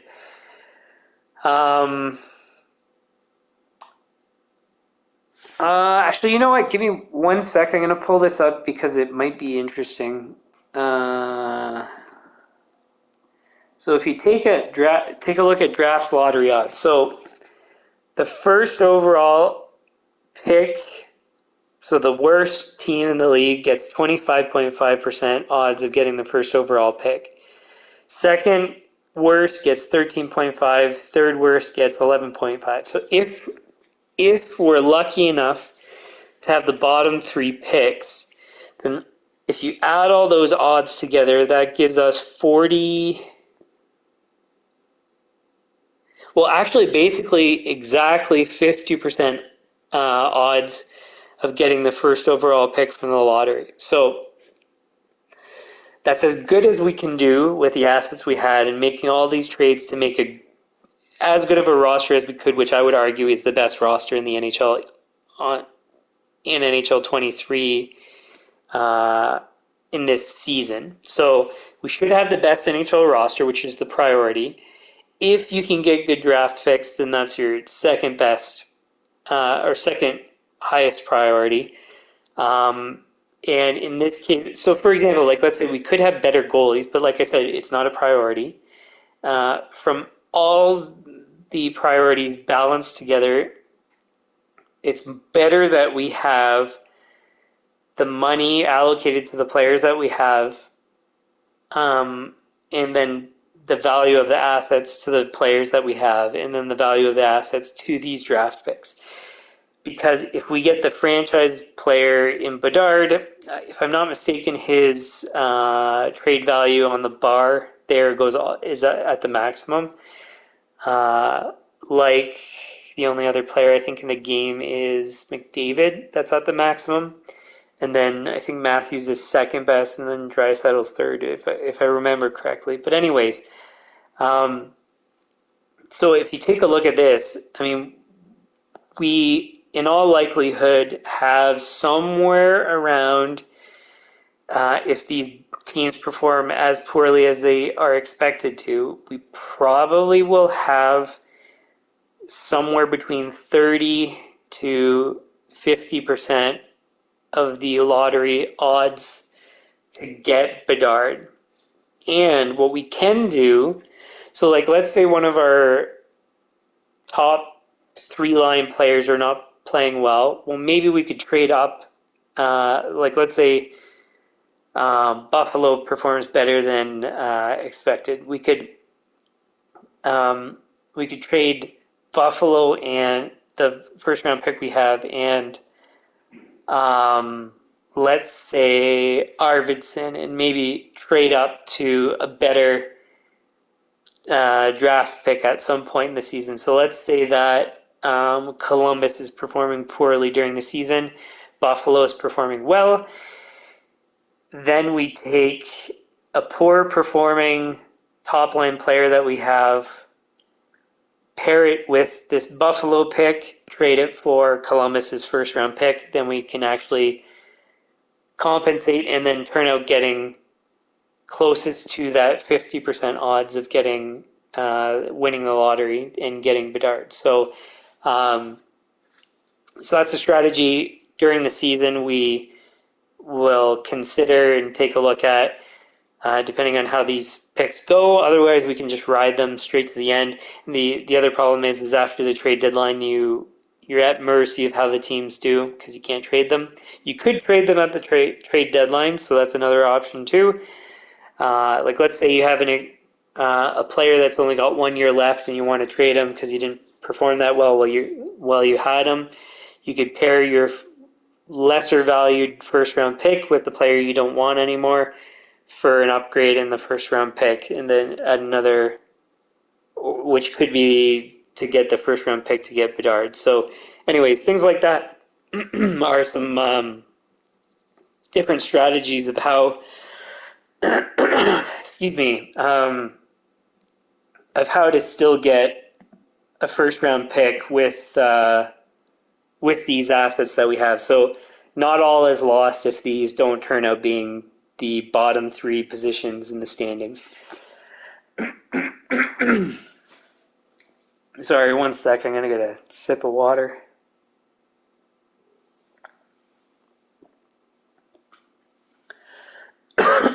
This is the problem with going for a run and having allergies. My nose are kind of stuffy and whatever. Anyways, sorry. So if you take a look at that, so I mean, our assets are very limited, but these assets are quite valuable. So if you take a look, these assets, you compare them to the players on our team, they're pretty much as good as Shifley, which is quite good value. So I mean, if we need to trade them during the season because they deteriorate or whatever, or let's say we can't trade up in the draft, we could trade down to future drafts is one option. We could trade for a player to replace a player we traded away maybe. You have lots of options with those draft picks. So they can, they're either, so only one is what I'm going to use. The other, so one I'm going to use on Bedard, the rest depends on if there's any other franchise draft picks. If there is, then I'll hopefully get them as well. If not, then I'll trade those away for future draft picks or other players to fill roster spots or improve. That's where maybe I can improve those defensive spots like I wanted to. Lots of options. So, but really the goal is to have in future seasons preferably 3 to 5 of those top first round picks, and then that way you can have best odds of getting the lottery pick, which gets you the franchise player year after year. So that's kind of the goal in that. And now the other thing is another playlist that's going to be in the description. So I've also checked and ran the numbers on draft picks in the NHL, and the odds of having a very good player first outside of the first round is extremely rare. So really the only valuable picks in real life, and then also in this game, it proves to be true, is first round picks. So in effect, really all the rest of those draft picks, trade them away for roster players because you can get some very serviceable players. So for example, you could trade a third round pick for Arvidsson, and he's good enough to be a second line player on your team. So for the value of a third round pick versus Arvidsson, it's a no brainer trade for Arvidsson. So so at the very least, third round picks are never valuable. Second round picks you can get a Marchessault, and then whoever you would draft in a second round is probably not going to be as good as a Marchessault. So then it makes no sense to keep your second round picks. Even if you can scout very well, it just makes no sense. So so then it's only first round picks because you're only going to get good players out of first round picks. And on top of it, towards the bottom of it, a lot of those players are going to have low potential where it's going to take a number of years to develop.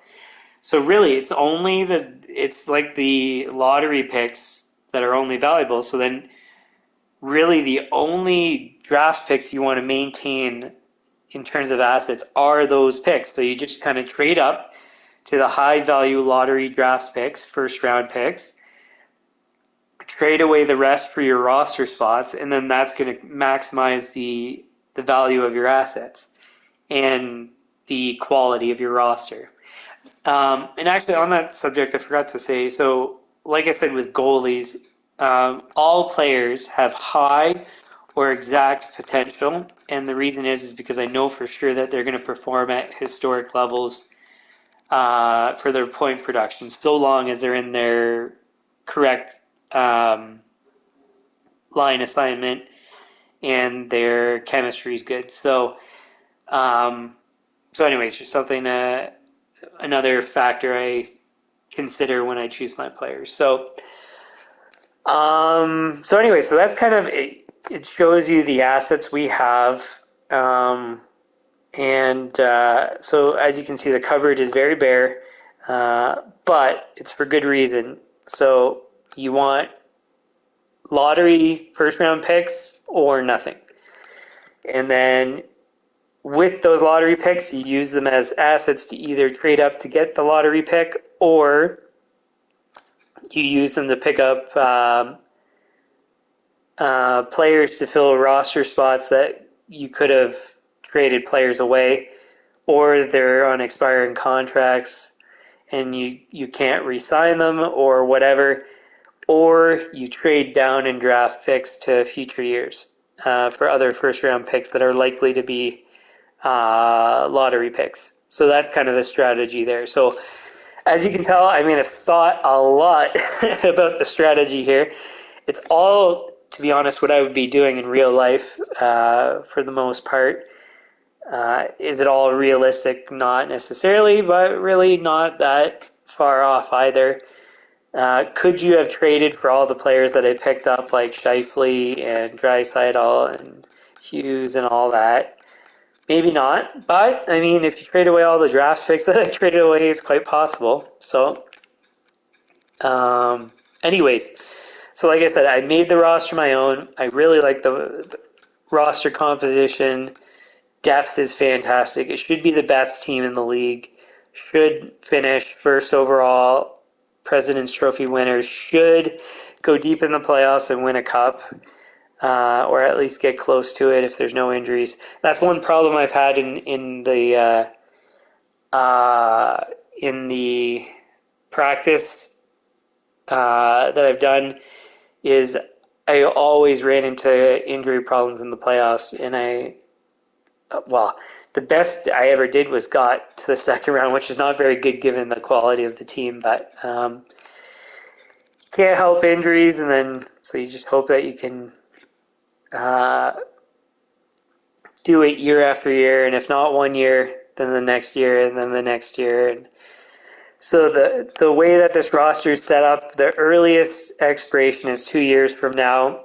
So pretty much I have this team for at least 2 years.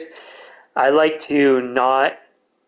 So once it gets to the last year, if I can't sign them at a cap hit that I am comfortable with, then I'll trade them right away and find a new player with the term that I like and the quality that I like. So, so I at least have this roster for basically 2 seasons, and then after that, that's when we might have to trade people like even Draisaitl. So, because if he's probably going to want something like 10 to 12 million, I'm not paying that. So even though it's Draisaitl, unless he's scoring 100 goals a season, that's the only way. So I think that's it for the roster composition, line combinations, how I set up the team, and all that. Last thing is partially proving, but also showing a trick that I found, which is in how I was able to put together such a good roster. So I am going to save this because I changed our starting line.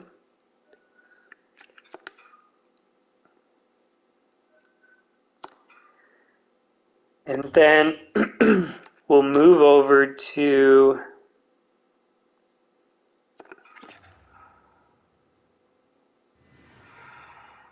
the roster before. Oh, whoops. Sorry, give me a sec. So what I was going to say is the roster before I made all the trades and stuff. Just bear with me to get to that. So this is like the way it came, the default roster.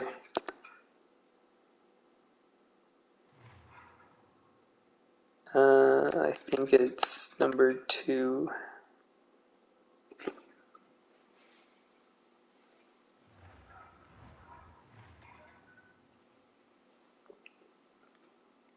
Yeah, so this is before at the start of the preseason, before any trades. And so what I wanted to do, and I recorded all this just so, not like video recorded, but wrote down all the trades that I made. So this way you know that I didn't cheat. Um, and like I won't do all the trades, but I'll show a bunch of them just to show that they're possible, and yeah, that I didn't cheat. And like, let's say put the trade difficulty as easy, and then made all the trades. So actually, on that note, I'll show you just that the setting is still on hard. Where is it? So trade difficulty was hard. All the rest of this stuff, so the gameplay sliders, like everything else, is still as it was, difficult for everything. I don't know if that impacts trades or anything, but maybe in the simming. But okay, so that's to show you about the trade difficulty, and then now I'll show you some of the trades. So the first thing, so what I wanted to show you is, so if you're going to be like me and you want to make the roster your own, which I do recommend, because so the default Toronto roster is good. I mean, it's still probably one of the best in the game, but it's not to my preference. And as a result, I want to change it. And like, there's expiring contracts in a couple of years, and I don't like it as much in that regard. So, and like the management strategy for NHL GM thing, applying all my strategies, I can't do it with like it doesn't have the roster I want. So, because like I would never pay 11 million even for Matthews. I mean, maybe he's one of the few players that deserves it. Marner is not.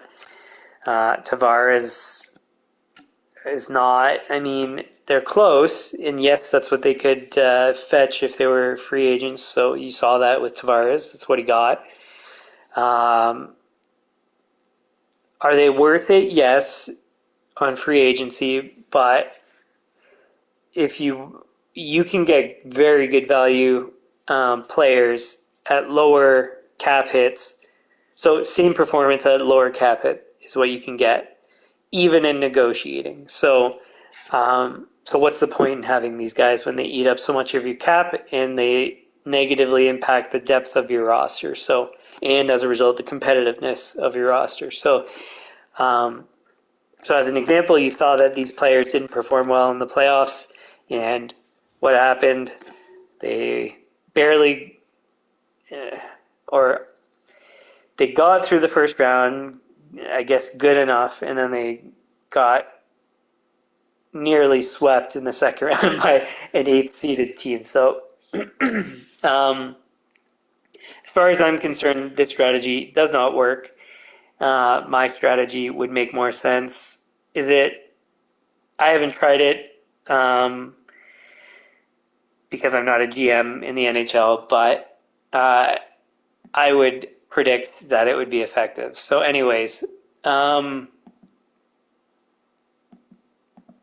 so yeah, so anyways, I wanted to show the trade to make it my own roster, which I recommend for you if you want to do that. Otherwise, to trade the few players that you do want to trade, make the trades, or if you want to make upgrades on certain players, you might want to pair Nylander and a second round pick for Shifley maybe, or something like that. If that could even go through, which I doubt it would. So first thing, and I'm actually going to explain something extra before I start showing the trades, which is, sorry, one sec. So what I do, because you're rebuilding the roster from scratch, I try to decrease the quality of the active roster to its minimum possible, and I'll show you why. So we'll do the trades, and so first I want to show you the value of the draft picks. So see how it's pretty low for the first round picks. If you want to contrast that Actually, we'll put it in a trade. And contrast that with the highest value ones, which would be like Chicago. So if you look at the difference, that's a big chunk in value. Is it possible for this first round pick from Toronto to be equal to the Chicago value from the way that you make your trades when you start off your roster? And the answer is yes, and I'll show you how. So what you do, like I was saying, is you want to decrease the value of your current roster to make those first round pick values increase. So if you make your active roster crappy, then your draft pick value increases. And then that makes its trade value increase, which becomes important as we build up this roster. So, and increases the value of your, or the value of your assets that you want to trade, at least with regards to draft picks. So first, one of the trades that I did was Muzzin, Abramov,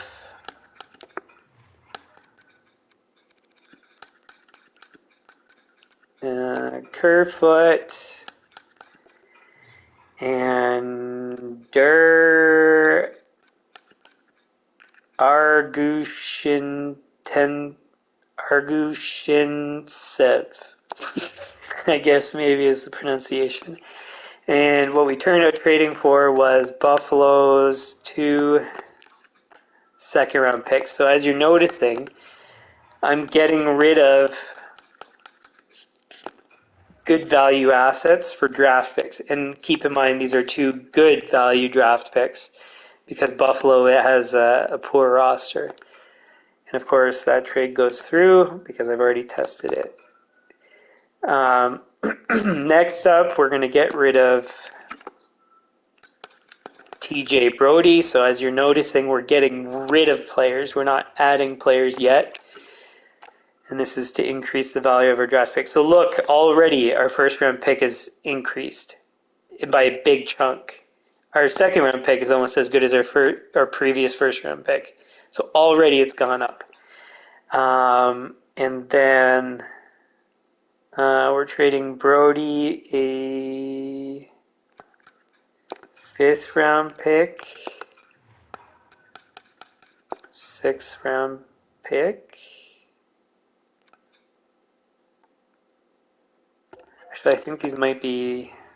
So the value of your draft picks decreases as you go into future years. So I think I chose later years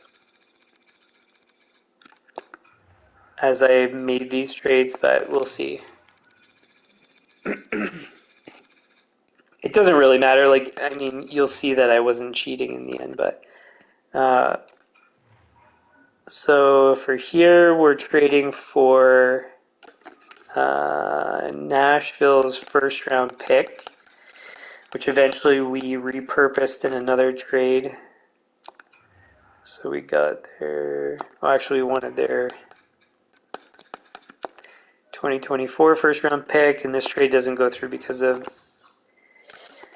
salary cap, so then we have to trade for just crappy trade value, which is Sissons, and I think this trade goes through. No. So then is it that we upgrade the 5th to a recent 5th? And then it goes? No. Recent 6th? No. So I guess they all had to be recent. And then 7th, recent pick, and this should go through. What?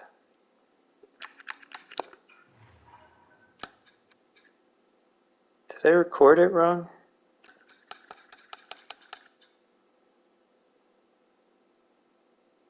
Huh. Oh, did I miss something? Brody 5th. Oh, 2 6th round picks. Oh, that's why. That's my bad. So I'll go back and grab the lower value stuff. That makes sense because that's a big chunk of the trade value.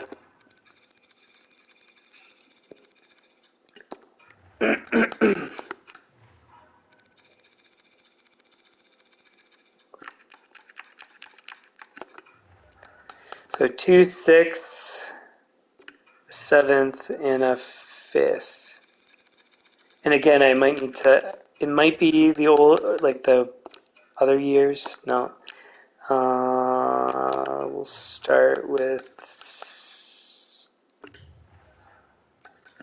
I think I remember it being just a 5th round pick getting upgraded.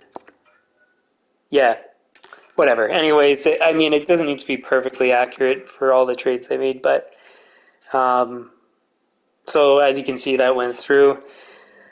I forget if our draft pick value increased again yet. We're in Chicago's first. Yeah, I think we're still not quite there. I think it gets to Chicago after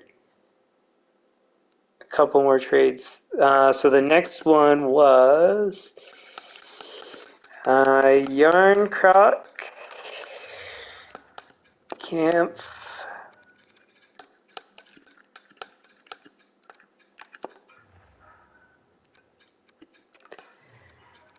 Engvall. Where's Engvall? Fourth. Oops.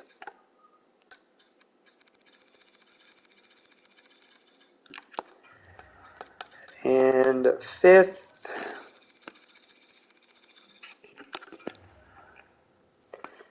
For this was Anaheim's, whoops, 2nd round pick, which we repurposed as well. I think I chose the 2nd of the years, and yeah, so that goes through. Next one up, I'm pretty sure this is where the draft pick increases to Chicago's, if I'm not mistaken, because it's as soon as we start trading away our goalies. So we want Murray. In real life, Riley's maybe a player I would want to keep, but I'm still unsure. To be honest, I would probably blow up the Toronto roster because there's something wrong with everything. Yeah, so he's one of the few I would maybe keep. Matthews is probably the other one I would maybe keep, but outside of that, I think I would try to get rid of everybody. Maybe a few of the other players, like maybe a Liljegren or whatever. I don't know. But anyways, next one is Murray, Riley, Sandin. As you can tell, this is already getting quite high value. And even more value with Robertson. And also decent value with Bunting. So that's a lot of assets. And for this one is, whoops, I can get to it from here. This one is a trade for Scheifele. One other thing actually I should say about in optimizing these trades, so because the trade value is hard, it's extremely difficult to pull off trades, and it's especially difficult if you don't have them as green, which means meet the trade block of the other team. So really, you want to try your best at choosing players that are in the green as meeting their needs in order to minimize the amount of assets you're going to have to give up to get what you want. So in this trade, we wanted Scheifele, their first round pick,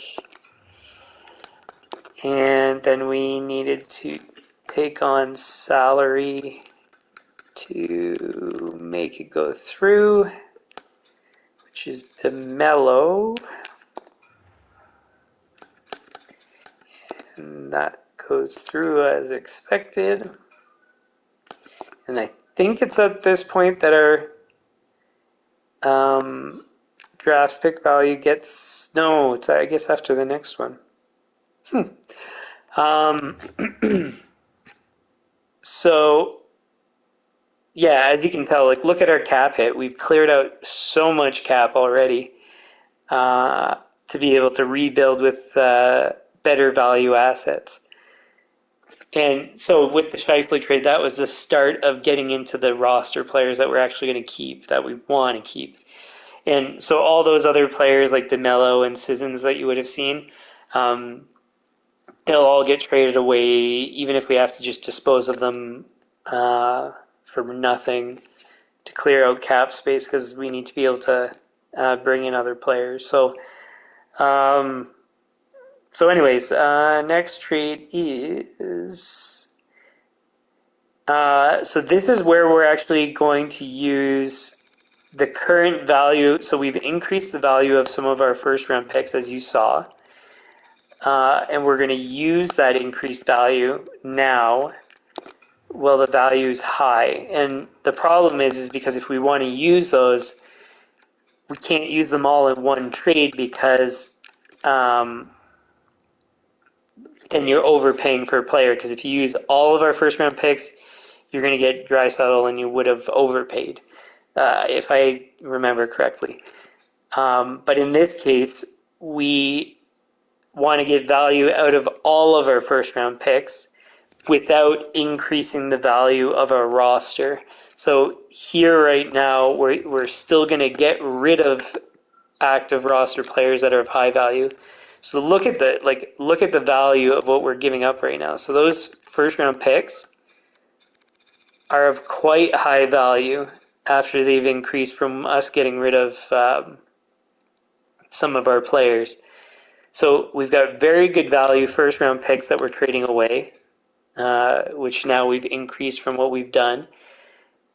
Pair them with current active roster players that we don't want, that we're going to package to get players that we do want. So we want Marner and Hall is what it turned out being, and we're trading with New Jersey. This is how we picked up Hughes, which is one of the highest value players in the game. And we can't pick up Hughes because of the cap hit going over to New Jersey. So then we pick up a garbage player to allow garbage player. He's actually good, but value of the asset is low. That allows the trade to go through, and of course, as expected, it does go through. So now we've executed on the value of those, we've decreased the value of our franchise, which has increased the value of our draft picks, which has allowed us to use those draft picks in packages to pick up players to then increase the value of the assets on our roster. So we have to lose all these trades to get the players we want. But in the long run, as you saw, the roster we put together was fantastic from packaging all of these assets eventually to get the team we want. So now I believe we're at the same value as Chicago. But the problem is that, okay, well, I'll get to that in a second. So just one sec here. So we want Chicago's pick. It's the same value as ours, I believe, exactly the same value. The problem is that this trade doesn't go through. And the reason why is because we have the trade value or the trade difficulty as hard. And although this trade should go through, they're equal, so we would have to improve the trade slightly. So technically on like an easier difficulty, maybe this trade should go through, but of course it doesn't. So, whoops, I meant to keep that. But the problem is, so remember, we've increased by trading away assets, we've decreased the quality of our franchise, which has increased the value of our first round and all of our draft picks. But if we kept these and then we increased the value of our assets in our franchise, that's going to decrease again in the game back to where it was and maybe even lower. So you need to get rid of these picks after they increase in value. So first you decrease the value of your franchise, increase the value of your draft picks, then trade away those increased ones for better value assets, and then that way you get the assets you want, and you maximize usage of those the temporary increase in the value of your draft picks. So in this in this trade, what we were able to do to get that now becomes extremely inexpensive. I think it's all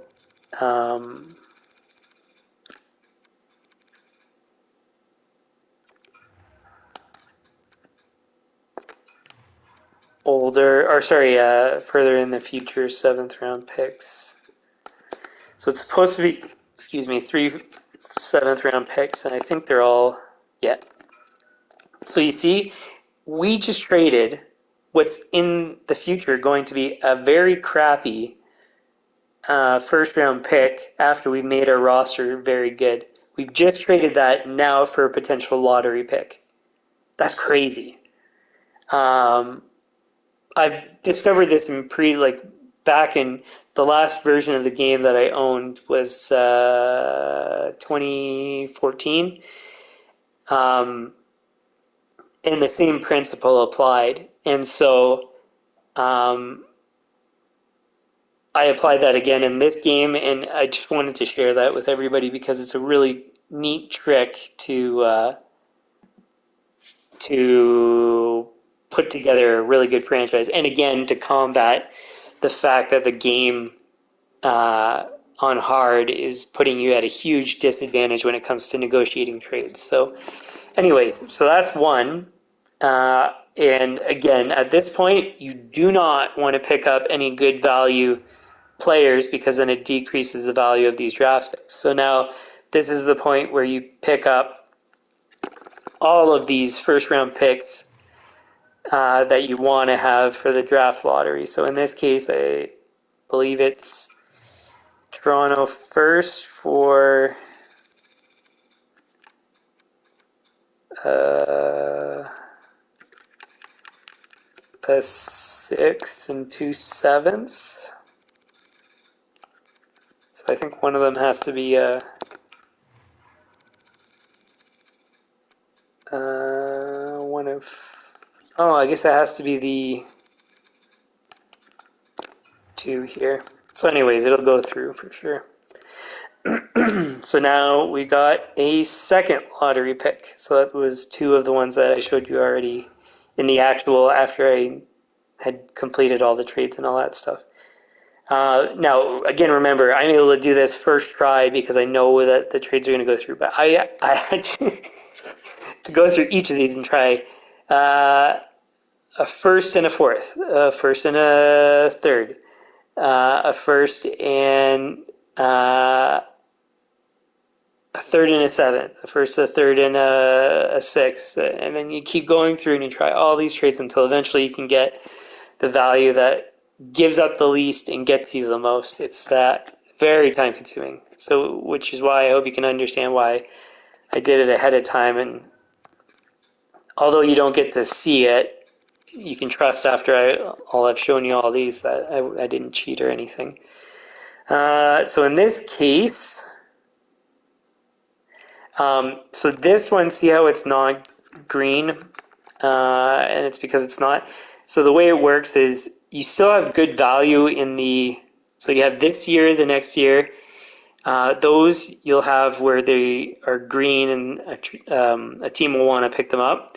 The third year, you typically have the same value, but it turns to black, which means that you don't get the same value in trades. So in this case, you'll see I have to trade away stuff that I don't really want to trade away, but I'm still using things that eventually are going to decrease in value. So see how I'm trading my second round picks. because those are going to decrease. And the biggest changes in value where they decrease is in first and second round picks. So at this is the point where you're going to want to trade all of them. And so because none of those are in the green, it's the only way we can pull off this trade. So I'll just show you as an example. We'll change this to even a green third round pick, and it shouldn't go through at least. Yeah. And then you change this to the second round pick. Where is it? Here, and it should go through. So, so now you've seen, of course, I haven't cheated. We have all three of the picks that I told you I had. It's the only pick we have left. So look at the rest. So all the rest of these assets we trade away in other trades to get the roster that I put together. So now I'm just going to show you some of the major trades of how I picked up the best players. The problem is I don't want to show you all of them because it's time consuming, because I have to, for example, I have to trade up like 2 third-round picks and 2/3 and a 7th to get a second-round pick to then package to get another trade. And it's time consuming. And those ones I didn't record because it's just like I didn't want to be stupid about wasting a whole bunch of time. But anyways, so I'll just show a few of these. A few of the major ones. So we picked up a lot of assets. Oh, this is the other thing I wanted to show you about. So the one thing, in order to get the best value in trades, what I've discovered is if you break, so like let's say, actually it's better if I just pull up the players before I explain it. So we picked up Theodore,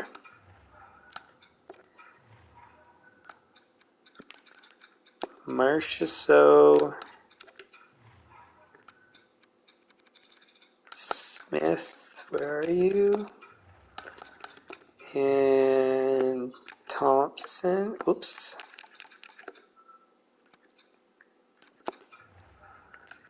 Thompson for, like, you're going to think this is crazy, this trade too.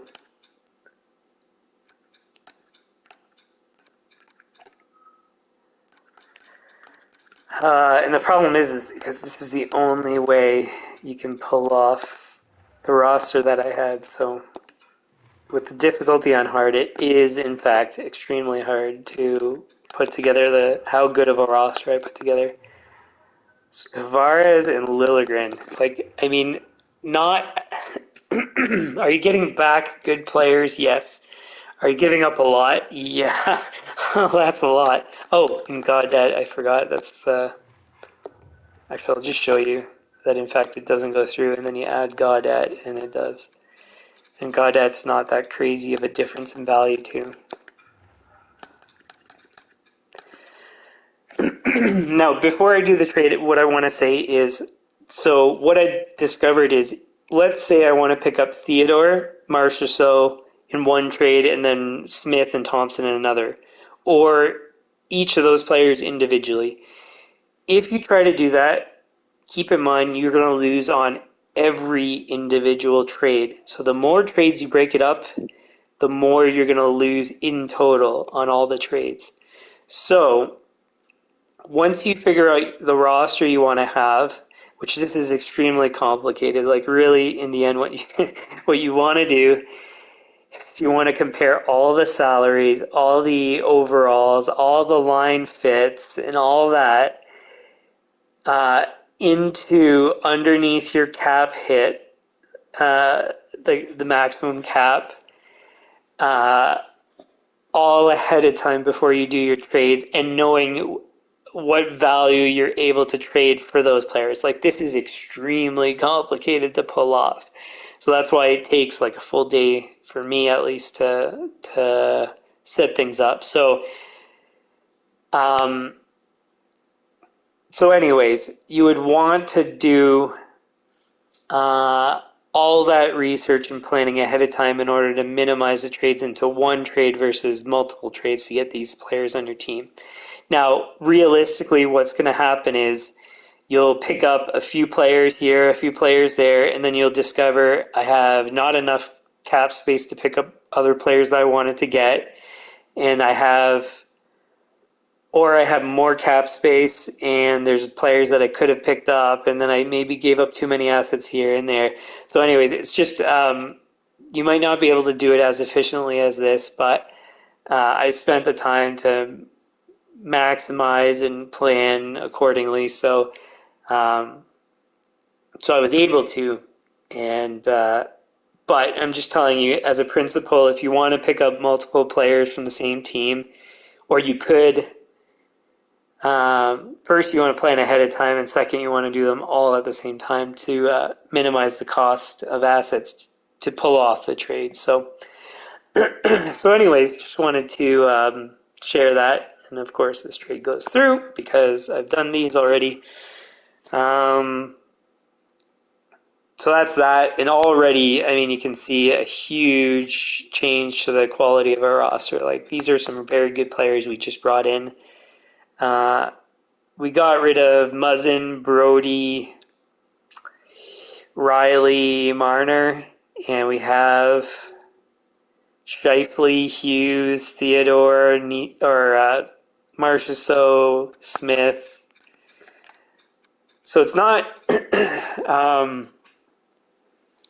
necessarily better yet, but once we start using all of those draft picks and every single one of these players that are under ownership, once we use all of them, we'll be able to get what we eventually get. So next trade I'll show you is Matthews, because this is a big one. This is where we pick up both Draisaitl and Nugent Hopkins, which if you take a look at the trade value, I mean, that's, whoops, not McDavid.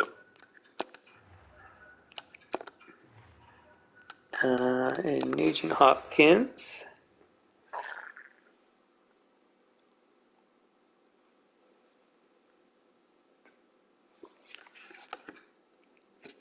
And, I should show you, this trade obviously doesn't go through. So what we need is, see, because I mean, from value of assets, technically you don't even want to do this trade really, but I prefer Draisaitl, and also I don't like the Leafs, which is I'm doing this for the Leafs. I'm just doing this because it's in the news, and I would love the challenge of trying to rebuild the Leafs. That would be great. Rebuild, retool, whatever you want to call it. What did I trade in here? So it was 2 second-round picks. Which 2 second-round picks? 2024, I think it was, and 26. I don't have that one anymore.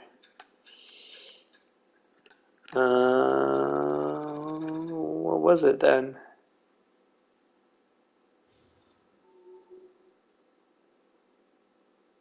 Oh, maybe I traded for, like I was saying, about 2/3 and a something for a second. I don't know. Anyways, it doesn't matter. We just know that it's a second round pick. Oh, and does it show there? No, not yet. Okay. So 2 second round picks don't go through. And it was Kokkonen, or Kokkonen, however it's pronounced. And I'll show you again, just so you know that I know exactly what's going to go through. That won't go through, and of all people, it is DeMello. Actually, I'll organize by salary to find him quickest. And notice all of the greens. Everything's green, and this is why it's able to be possible. So, as you can see, pulled that trade off. Now I've picked up a couple more of my important players. So we've got 1, 2, 3, 4 of our top 6 right now. 1, 2. of our third line, only one of our defense at the moment.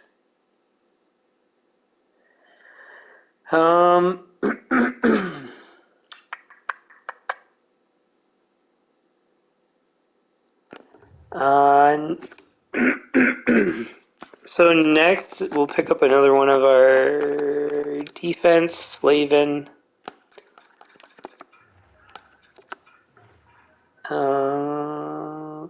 Slavin Martinuk. Oh, yeah. Oh, it was by salary already. Martinuk. And remember, again, Stepan was a guy eventually we were going to pick up. And we just know now. Where is he? That we're going to pick him up.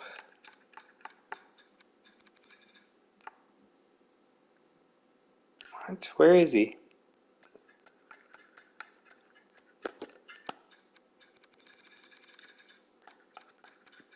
There he is. Oh, he was that low of a salary. Well, no, why? No wonder why I picked him up, because he's so cheap. Okay, so it was...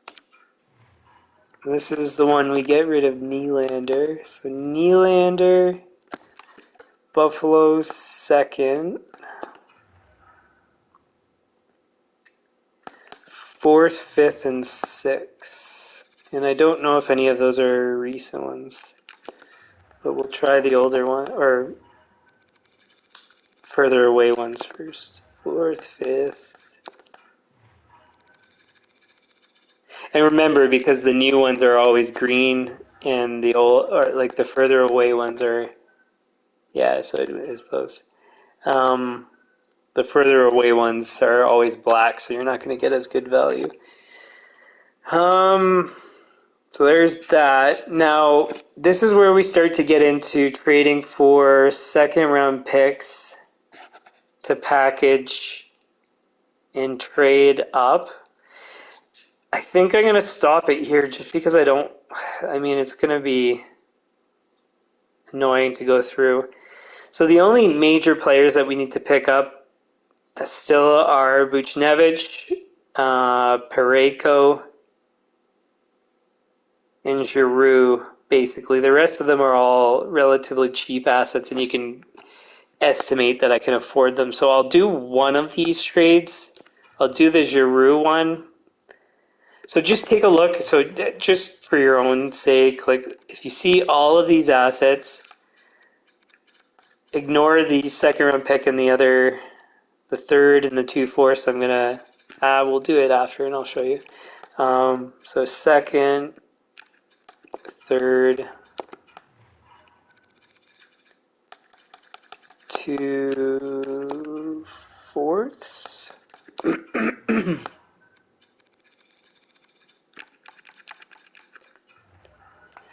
And then this one is for... See, the problem with some of these players, they don't want to trade away, so you really have to give up a lot. And it's on hard, so just keep those in mind. Oh, and that's the other thing. I forgot Samsonov is the other asset in this one. So this one doesn't go through. Ottawa has too many goalies. You have to pick up Mandalese because it's both red and it's getting rid of a goalie. Let's just, for argument's sake, get rid of a fourth round pick to show you that it doesn't go through. This one might need some of those green picks to go through, but we'll try without first. Yeah, it does go through. So, see, we picked up Giroux. So now we have 1, 2, 3, 4, 5 of our top 6 forwards. We have 1, 2. We don't have Arvidsson, but he's very inexpensive to pick up. 2 of our third line. We have Stepan, Parisi, and Perry are both inexpensive to pick up. So those are easy to trade for.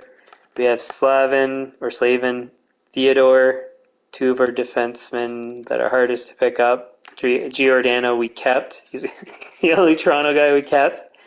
And then so what I'm going to show you now is, so think about all these assets. So 1, 2, 3, 4, 5. All these top ones are ones we're keeping. So think about this asset. This one, this one, this one, this one, this one, this one, this one. I think all the rest of these are all players we're going to trade away for draft picks to then repurpose for other players, or for draft picks to then trade for assets. So think about all these, even these small ones. You can put 3 of them together to get I don't know, a 4th round or a 7th round pick, whatever it is. All of these can be packaged together to get draft picks where you're upgrading. And remember, we're going to get down to basically 24 roster spots. And then fill out the rest of those up to the 50 total spots from free agency. Because if you would have seen, all those players were from free agency. So that way we're getting value from all these assets and trading them. And then the other thing, again, we've got these 3 that we're keeping.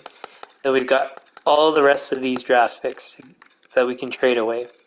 So between all those draft picks and all those players, can we pick up Buchnevich, Parayko, Arvidsson, Montour, Parise, Perry, Goligoski? Absolutely. Very easily. And of course we did, which is how I have the roster that I do have. So I just wanted to show you that I didn't cheat. Now, you could think that maybe I cheated with the rest, but it seems extremely unlikely. I hope you would trust that. I mean, it would be, how else would I? And then you can see we've got one of our goalies already, another one's a free agent, and then the other guy is, what's his name, from Dallas? Don't even know the name of my own goalie.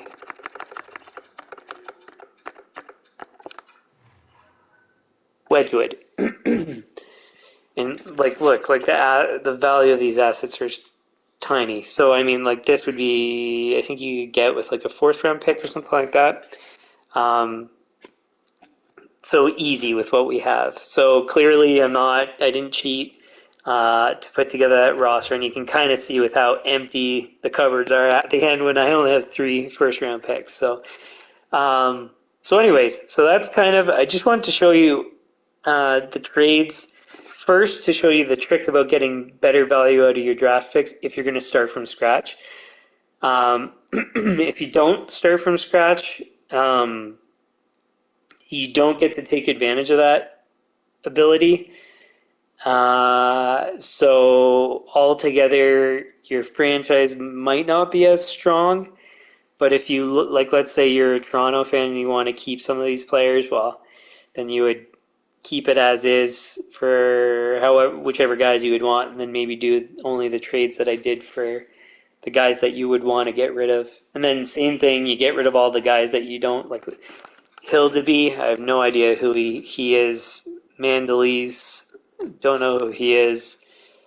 Do you really want Calgren and Wall on your franchise? I mean, that's all up to you, but if you trade away all the guys you don't want, get a whole bunch of players you do want. What you could do is different from my strategy and get some players that have high potential in terms of, if they're going to be elite franchise is very few and far between, but top 6 and all that. If you want to get guys that have medium, which means that there could be good potential to turn into a top 6 or top 4. So Niemela or Niemela, or however it's pronounced. Maybe you would want to keep a guy like that and then develop him. I rather just go with assets that you're sure about, slot them in, and go away and win some games. I rather certainty than uncertainty, and track record and performance versus no track record. So, anyways, so I think that goes through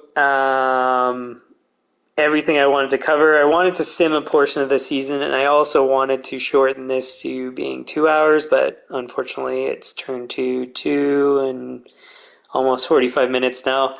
But I mean, as you saw, there's a lot I covered and a lot of, I think, really good tips. I don't know if other people have spoken of these. I haven't seen it. I haven't watched that much either, but hopefully very helpful. I might do individual streams for each of the tips, maybe eventually, but maybe not. I don't know. We'll see how things go. A lot of this, like, I don't know if I'm going to keep doing all these streams. I need to have some sort of viewership to keep doing it, but I'm going to try and hopefully it works out. And if you like the stream, hit the like button, share with your friends, subscribe to the channel. Channel schedule is going to be in the about section of the channel. Otherwise, the scheduled streams, so I can't schedule any of the NHL, excuse me, NHL 23 streams. So take a look at the about section to see when they're supposed to come up. I had to change it, and then also I am changing it to 2 hour for the NHL 23 franchise mode streams. I was going to do 3, but I think that's just a bit too long. 2 hours is probably about right. Yeah, and then otherwise the regular streams of normal NHL real everyday life content, I'll do those. I'll be able to schedule those so you can check the channel homepage. I'm also eventually going to have a schedule for those. I just have a lot of different things that I'm trying to figure out for scheduling. It should be more concrete in about a month, but until then, it's going to be kind of as I decide. But NHL 23 franchise mode streams should be consistent for at least a month, and then after that, it's probably going to change. But yeah. So, anyways, and any comments, leave them in the comments. Suggestions, same thing. And I think that covers everything. I don't think I missed anything. And yeah, so anyways, so we'll get into the simming of the series starting. What day is it today? Today's Wednesday. So I think the next planned day is going to be Saturdays. So that should be 5 p.m. Eastern on Saturday. Is the next franchise mode stream. The next other stream could be in between. It depends on how these series go. So Florida could win their series tonight, and Vegas could win their series tomorrow.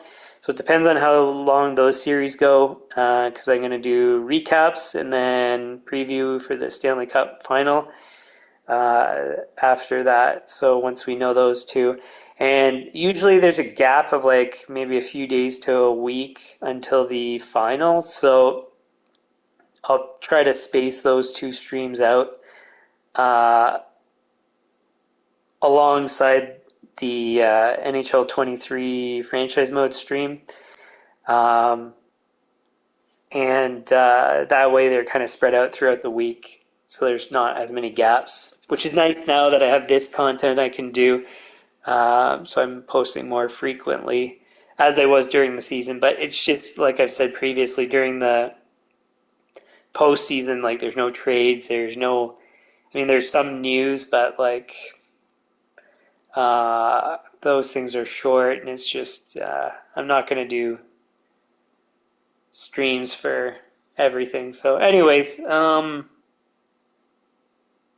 yeah, that being said, I might do another stream somewhere in between, just regarding the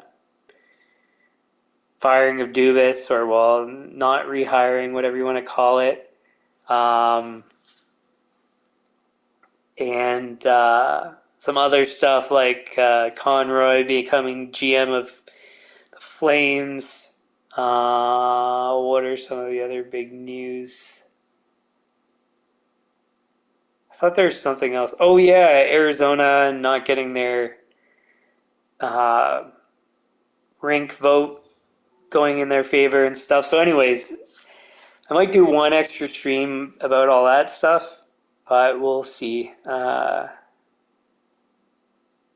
people already know about it, so I mean, anyways, I might give my thoughts because maybe some people are going to be interested. But anyway, so that's it. So thanks for tuning in if you did. I hope you guys will enjoy the series.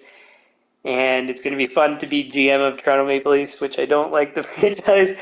I'm a Jets fan. Not that they're, rivals, but I've just never liked the Leafs, and partially because of as a great example, we want Florida. Yeah, you do. It's I just don't like the fans either. But anyways, or at least a chunk of the fans. I'm sorry to all the good Leafs fans that they just want a team to win, and they don't like. They're not all these like bandwagon fans and people that want like people that want players that want to win, as opposed to fancy players that can pull off fancy dekes but can't score a goal. Anyway, yeah, so once again, thanks for tuning in. Hope you guys enjoy the game tonight. Florida might be able to close it off, but we'll see. And then tomorrow, we'll see if Vegas can do it. But yeah, so we'll see you guys again soon. And yeah, thanks again for